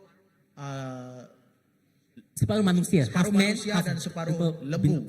Yes, so Pan is always depicted on the upper part is a human body, Jadi dia separuh daripada separuh dia adalah manusia and his bottom part is like a goat. dan di bagian bawah dia adalah seperti kambing. Kambing bukan lembu So ya. he's a half man, half animal. Jadi dia separuh manusia, separuh haiwan. So these are some of the objects that were common during those times. Jadi ini objek yang sangat umum pada zaman-zaman itu. Okay, I have another question here. Matthew 16:20. Ada satu soalan di sini daripada Matius 16:20. Please explain why Jesus said this. Terangkan kenapa Yesus mengatakan ini. Matthew 16:20 talks about Jesus prohibiting the disciples from telling people that he is the Christ. Dalam Matius 16:20 ini Yesus melarang murid-muridnya supaya memberitahu bahwa dia adalah Mesias. Okay, to shorten my answer to this question, this is a concept where many New Testament scholars describe as the messianic secret. Ini yang banyak disebut oleh cendekiawan Alkitab mengatakan bahwa ini adalah disebut sebagai rahasia mesianik. Now, what is this messianic secret? Apakah rahasia mesianik ini? And this is where at times you see in the ministry of Jesus, he publicly tell people or he publicly showcase that he is the Messiah. Jadi dalam pelayanan Yesus dia secara umum menyatakan bahwa dia adalah Mesias. And then at other times, Jesus prohibited his disciple from telling people that he is the Messiah. Tapi ada waktunya dia melarang murid-muridnya untuk memberitahu bahwa dia sebenarnya adalah Mesias. And so there is a context to all this. Ada konteks di dalam semua ini. For example, if you read the Gospel of John, John chapter 6, Kalau contohnya kalau kamu baca dalam Yohanes 6. after Jesus feed the 5,000 with 5 loaves and 2 fish, Jadi selepas Yesus memberi makan 5.000 orang dengan menggunakan 5 roti dan 2 ikan. and the crowd wanted to make Jesus king. Dan orang banyak itu mau menjadikan Yesus sebagai raja. So the crowd basically shouted, #ini kalilah. Jadi orang banyak pun kata mungkin ini kalilah. But Jesus withdrew from the people Tapi Yesus mengundurkan diri daripada orang because ramai he itu. knew that they wanted to make him to be the king by force to lawan the Roman Empire. Dia tahu niat mereka adalah untuk mengangkat dia sebagai raja untuk melawan kerajaan Rom pada waktu itu. So Jesus can discern why at certain times the people were seeking truly after him.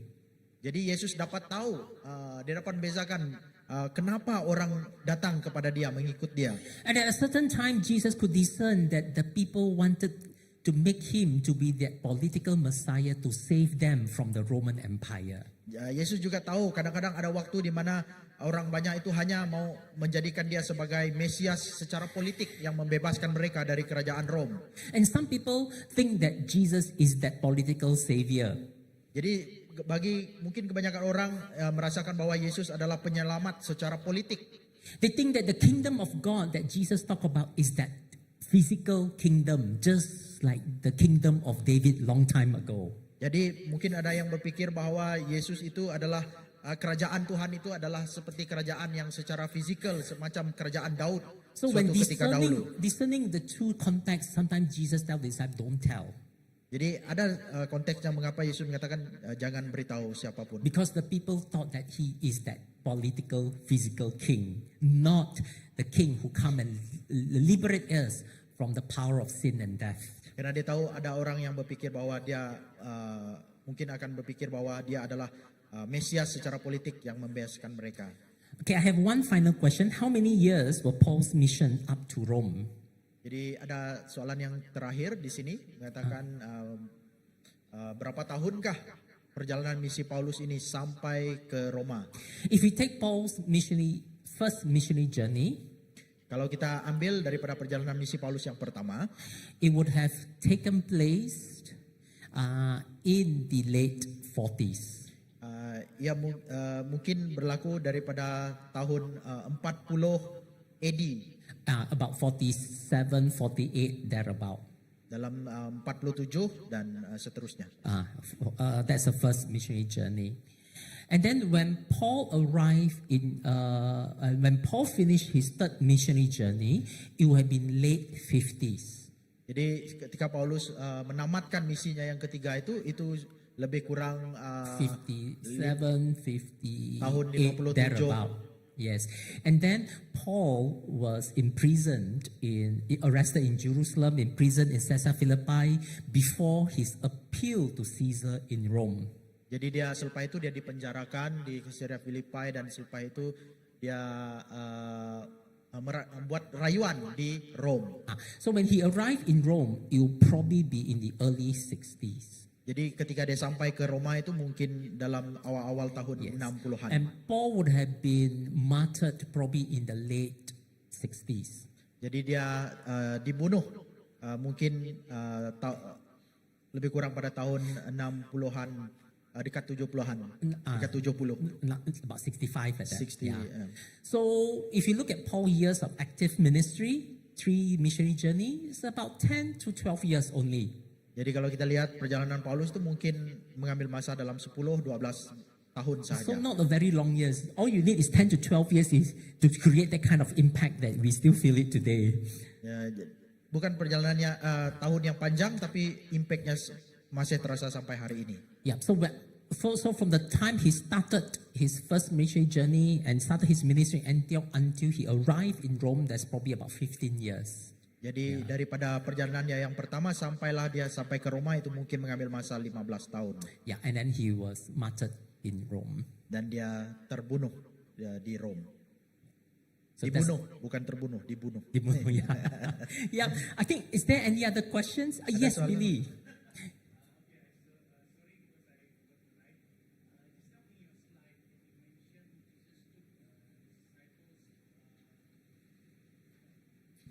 Thank you. All right, in your slide just now you mentioned that Jesus took his disciple to go and visit the pagan worship areas, right? Whereby they are ancient gods and Hellenism influences. But why does in the Bible Jesus is having trouble not with this type of people who doing pagan worship, but more to the Pharisees and the Sadducees. Okay, thank you. You want to translate?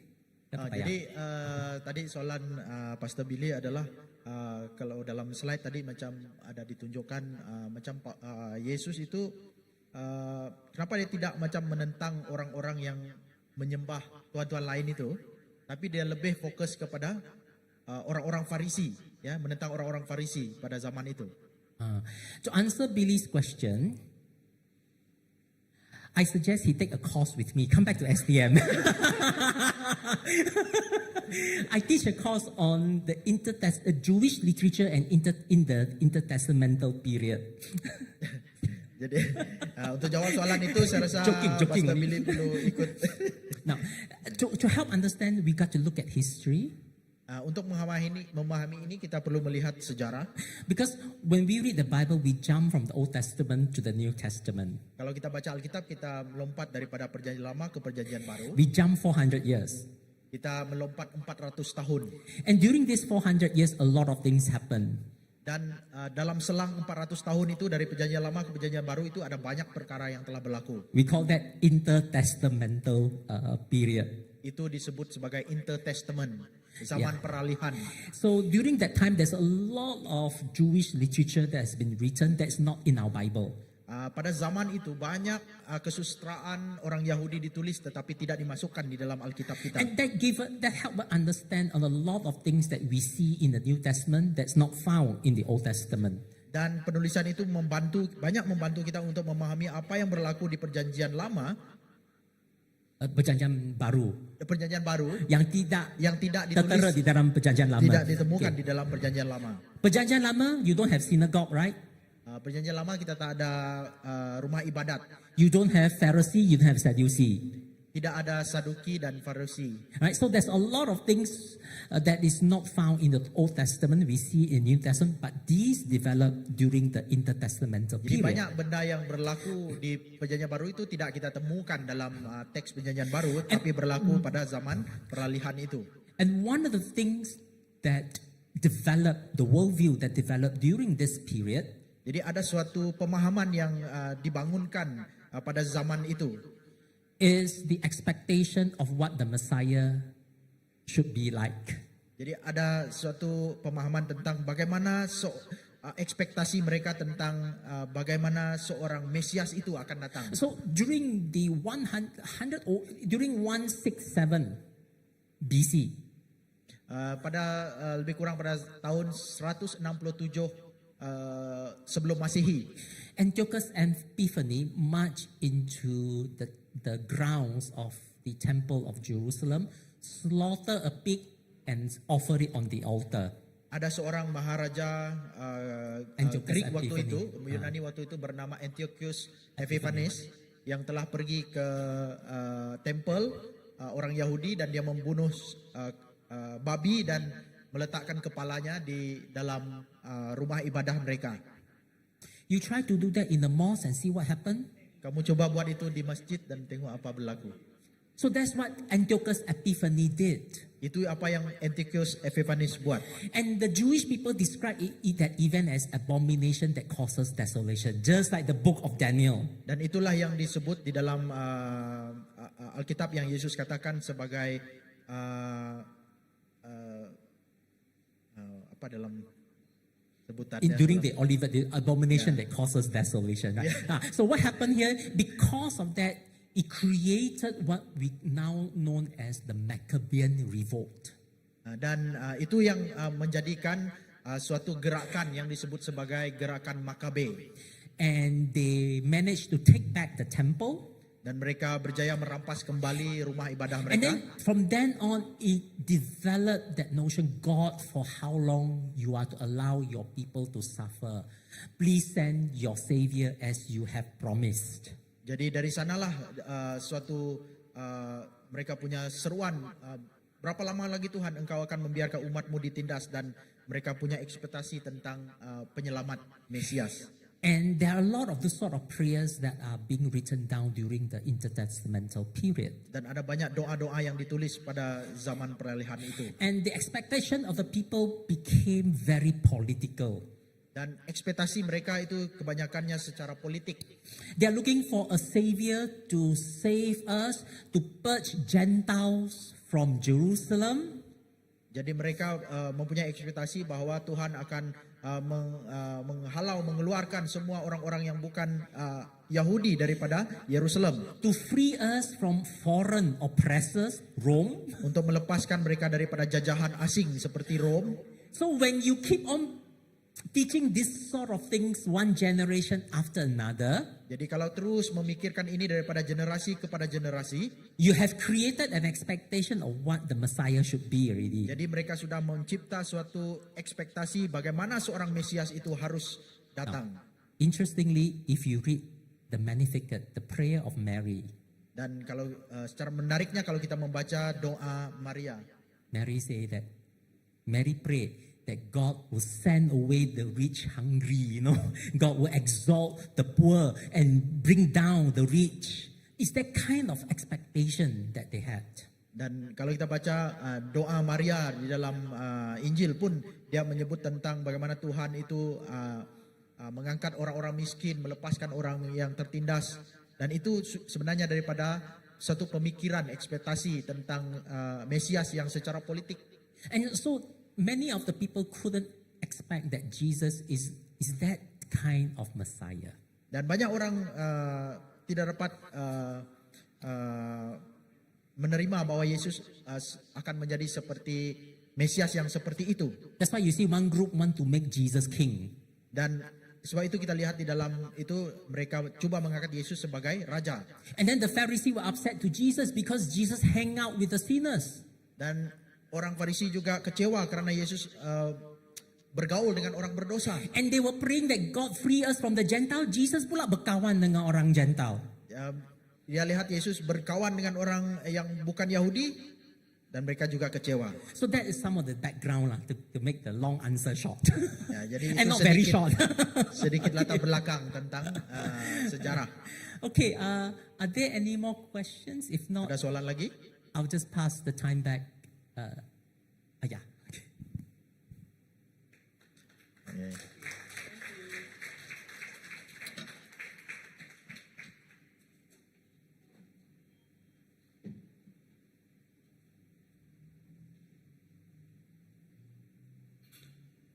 Ya, terima kasih kepada Dr. Lim Kayong dan juga Pastor Nicholas atas perkongsian yang saya rasa sangat menarik dan memberikan kita sesuatu perspektif yang baru, terutamanya bagaimana kita melihat ataupun belajar membaca Alkitab. Dan itu sebabnya kami mengeluarkan atas Alkitab bukan suka-suka. Itu kami kerjakan dalam 7 tahun. 7 tahun untuk mengeluarkan, menghasilkan buku ini. So, kami berharap agar gereja bahasa Malaysia khususnya mendapat manfaat daripada buku ini. Ya, ada tinggal satu lagi buku Dr. Lim Kayong di belakang. Cepat-cepat dia dapat. Limited. Ya.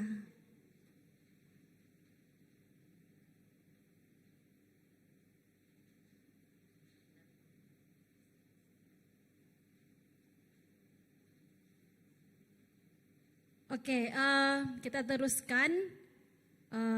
Terlebih dahulu kami memohon maaf kerana masa kita agak tersesar. Kita bermula lewat, jadi kita pun habis lewat. Ya, so masa ini kita akan mendengar, kami akan membentangkan satu inisiatif kami atau kampanye kami yang kami lakukan pada tahun ini yang bertujuan untuk menjangkau terutamanya remaja, pelajar ataupun komuniti asrama yang kami sedang usahakan sekarang yang berfokus di Sabah dan Sarawak.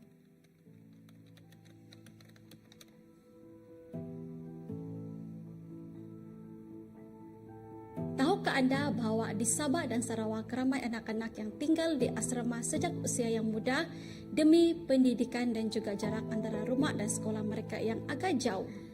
Oleh itu, guru-guru, warden dan komuniti gereja menjadi keluarga kedua bagi mereka. Saya sendiri juga pernah tinggal di asrama. Ketika itu, setelah saya belajar cara berkongsi firman Tuhan melalui buku renungan Our Deliberate Ministry. Dan kini kami di ODBM, kami menyediakan lebih banyak bahan rohani dan pendidikan Kristian kepada anak-anak muda untuk membantu mereka mengasihi Tuhan lebih dalam lagi. Kami di ODB Ministry sangat rindu untuk melihat lebih ramai generasi muda semakin mengenal, mengasihi dan melayani Tuhan. Itulah sebabnya kami melaksanakan projek penjangkauan yang bertujuan untuk membekalkan bahan-bahan kepada asrama di Sabah dan Sarawak supaya lebih ramai lagi pelajar dapat dibimbing dalam iman. Kami percaya Tuhan sedang memanggil kita semua untuk mengajar dan menjadi terang bagi generasi ini. Setiap doa, setiap renungan, setiap bahan yang kami hasilkan, semuanya bertujuan untuk menanam iman dalam hati mereka. Di asrama, mereka bukan sahaja belajar akademik, tetapi juga mengenal iman, nilai hidup, dan harapan di dalam Kristus. Sejak 2 tahun ini, kami berusaha menyokong pelayanan asrama dan pelajar. Kami menyediakan bahan rohani, mengajar, dan bekerja sama dengan gereja dan organisasi lain untuk memuridkan mereka.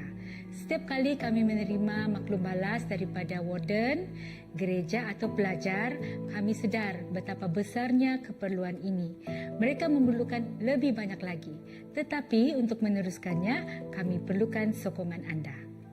Tahukah anda, di sebalik setiap bahan rohani yang sampai ke tangan anak-anak ini, sebenarnya ada satu pasukan yang bekerja keras untuk menerbitkan, mencetak dan mengedarkan bahan-bahan ini ke tempat-tempat yang jauh.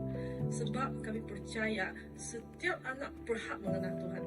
Kami berdoa agar lebih ramai yang tergerak hati untuk menyokong projek ini. Dengan kemurahan hati anda, kita boleh membekalkan bahan rohani yang akan membantu anak-anak mengenal Yesus dan berdekat kepada Yesus, menjangkau lebih ramai lagi pelajar-pelajar di asrama seperti di pedalaman Sabah dan Sarawak dan memuridkan generasi kita agar generasi yang baru penuh dengan iman dan kasih kepada Tuhan. Adakah anda mahu menjadi sebahagian daripada misi ini?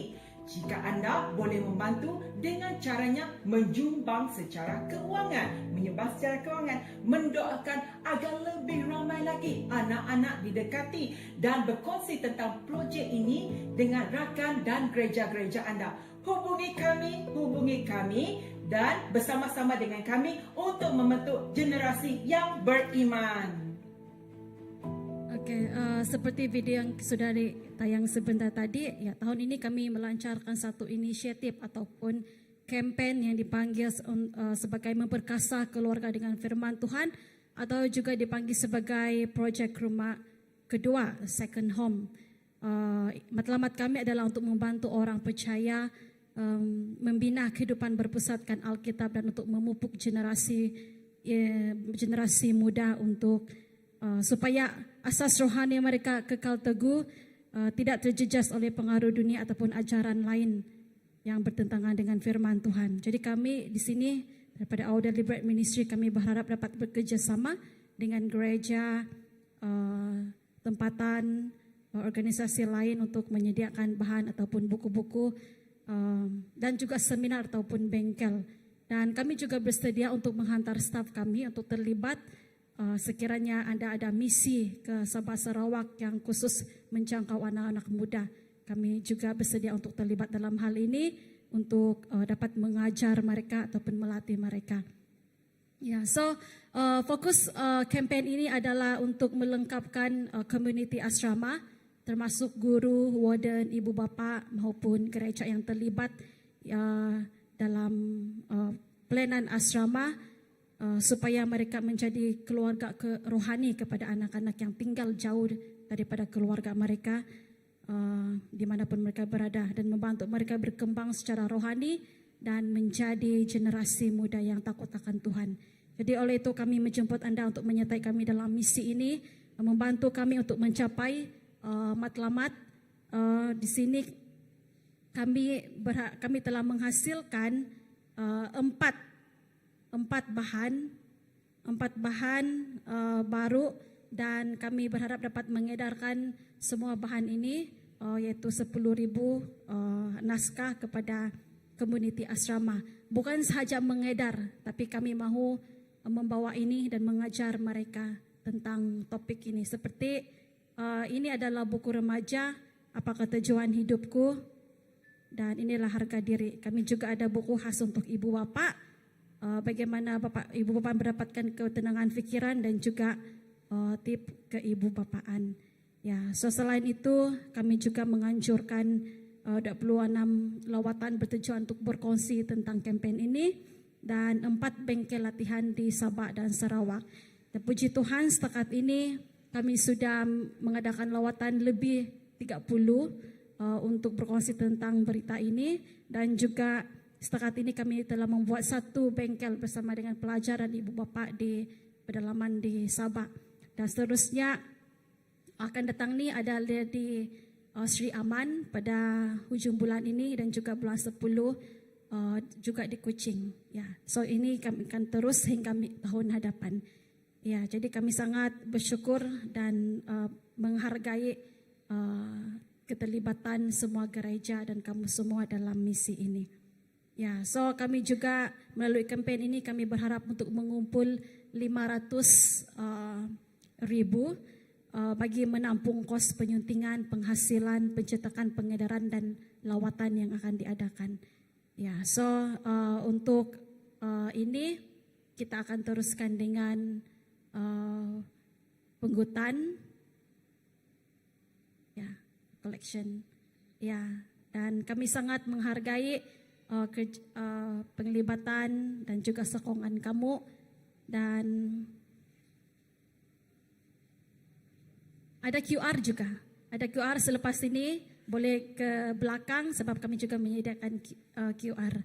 Ya, so kami sangat menghargai sokongan kamu dari segi apa jua bentuk, baik dari segi keuangan, terutamanya doa. Kami sangat menghargai semuanya itu, dan Tuhan memberkati. Tahukah Anda bahwa di Sabah dan Sarawak ramai anak-anak yang tinggal di asrama sejak usia yang muda demi pendidikan dan juga jarak antara rumah dan sekolah mereka yang agak jauh. Oleh itu, guru-guru, warden dan komuniti gereja menjadi keluarga kedua bagi mereka.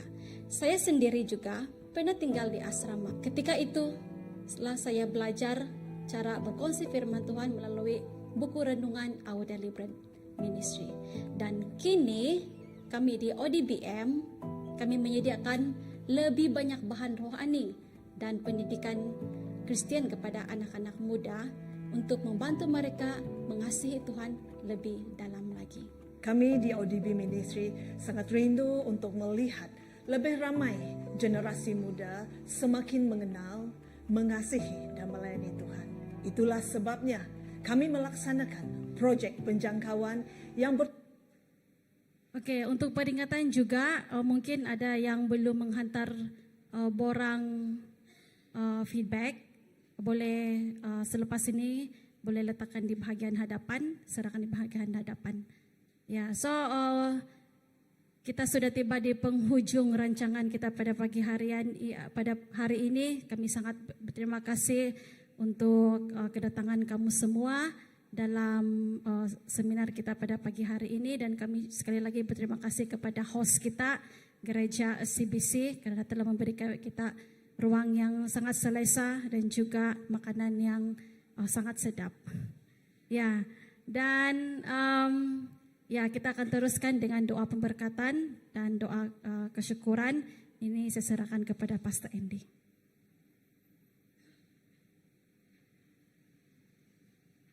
Okey, saya mengajak kita untuk berdiri bersama bagi kita berdoa untuk menutup sesi kita. Dan sebelum itu, terima kasih kepada Reverend Dr. Lim Kayung kerana telah memberikan sesuatu input yang sangat luar biasa untuk memberkati kita. Amen. Saya percaya setiap kita di sini yang hadir, kita merasa diberkati. Amen. Dan untuk tidak buang masa, saya memimpin kita untuk menutup doa kita. Mari kita berdoa bersama.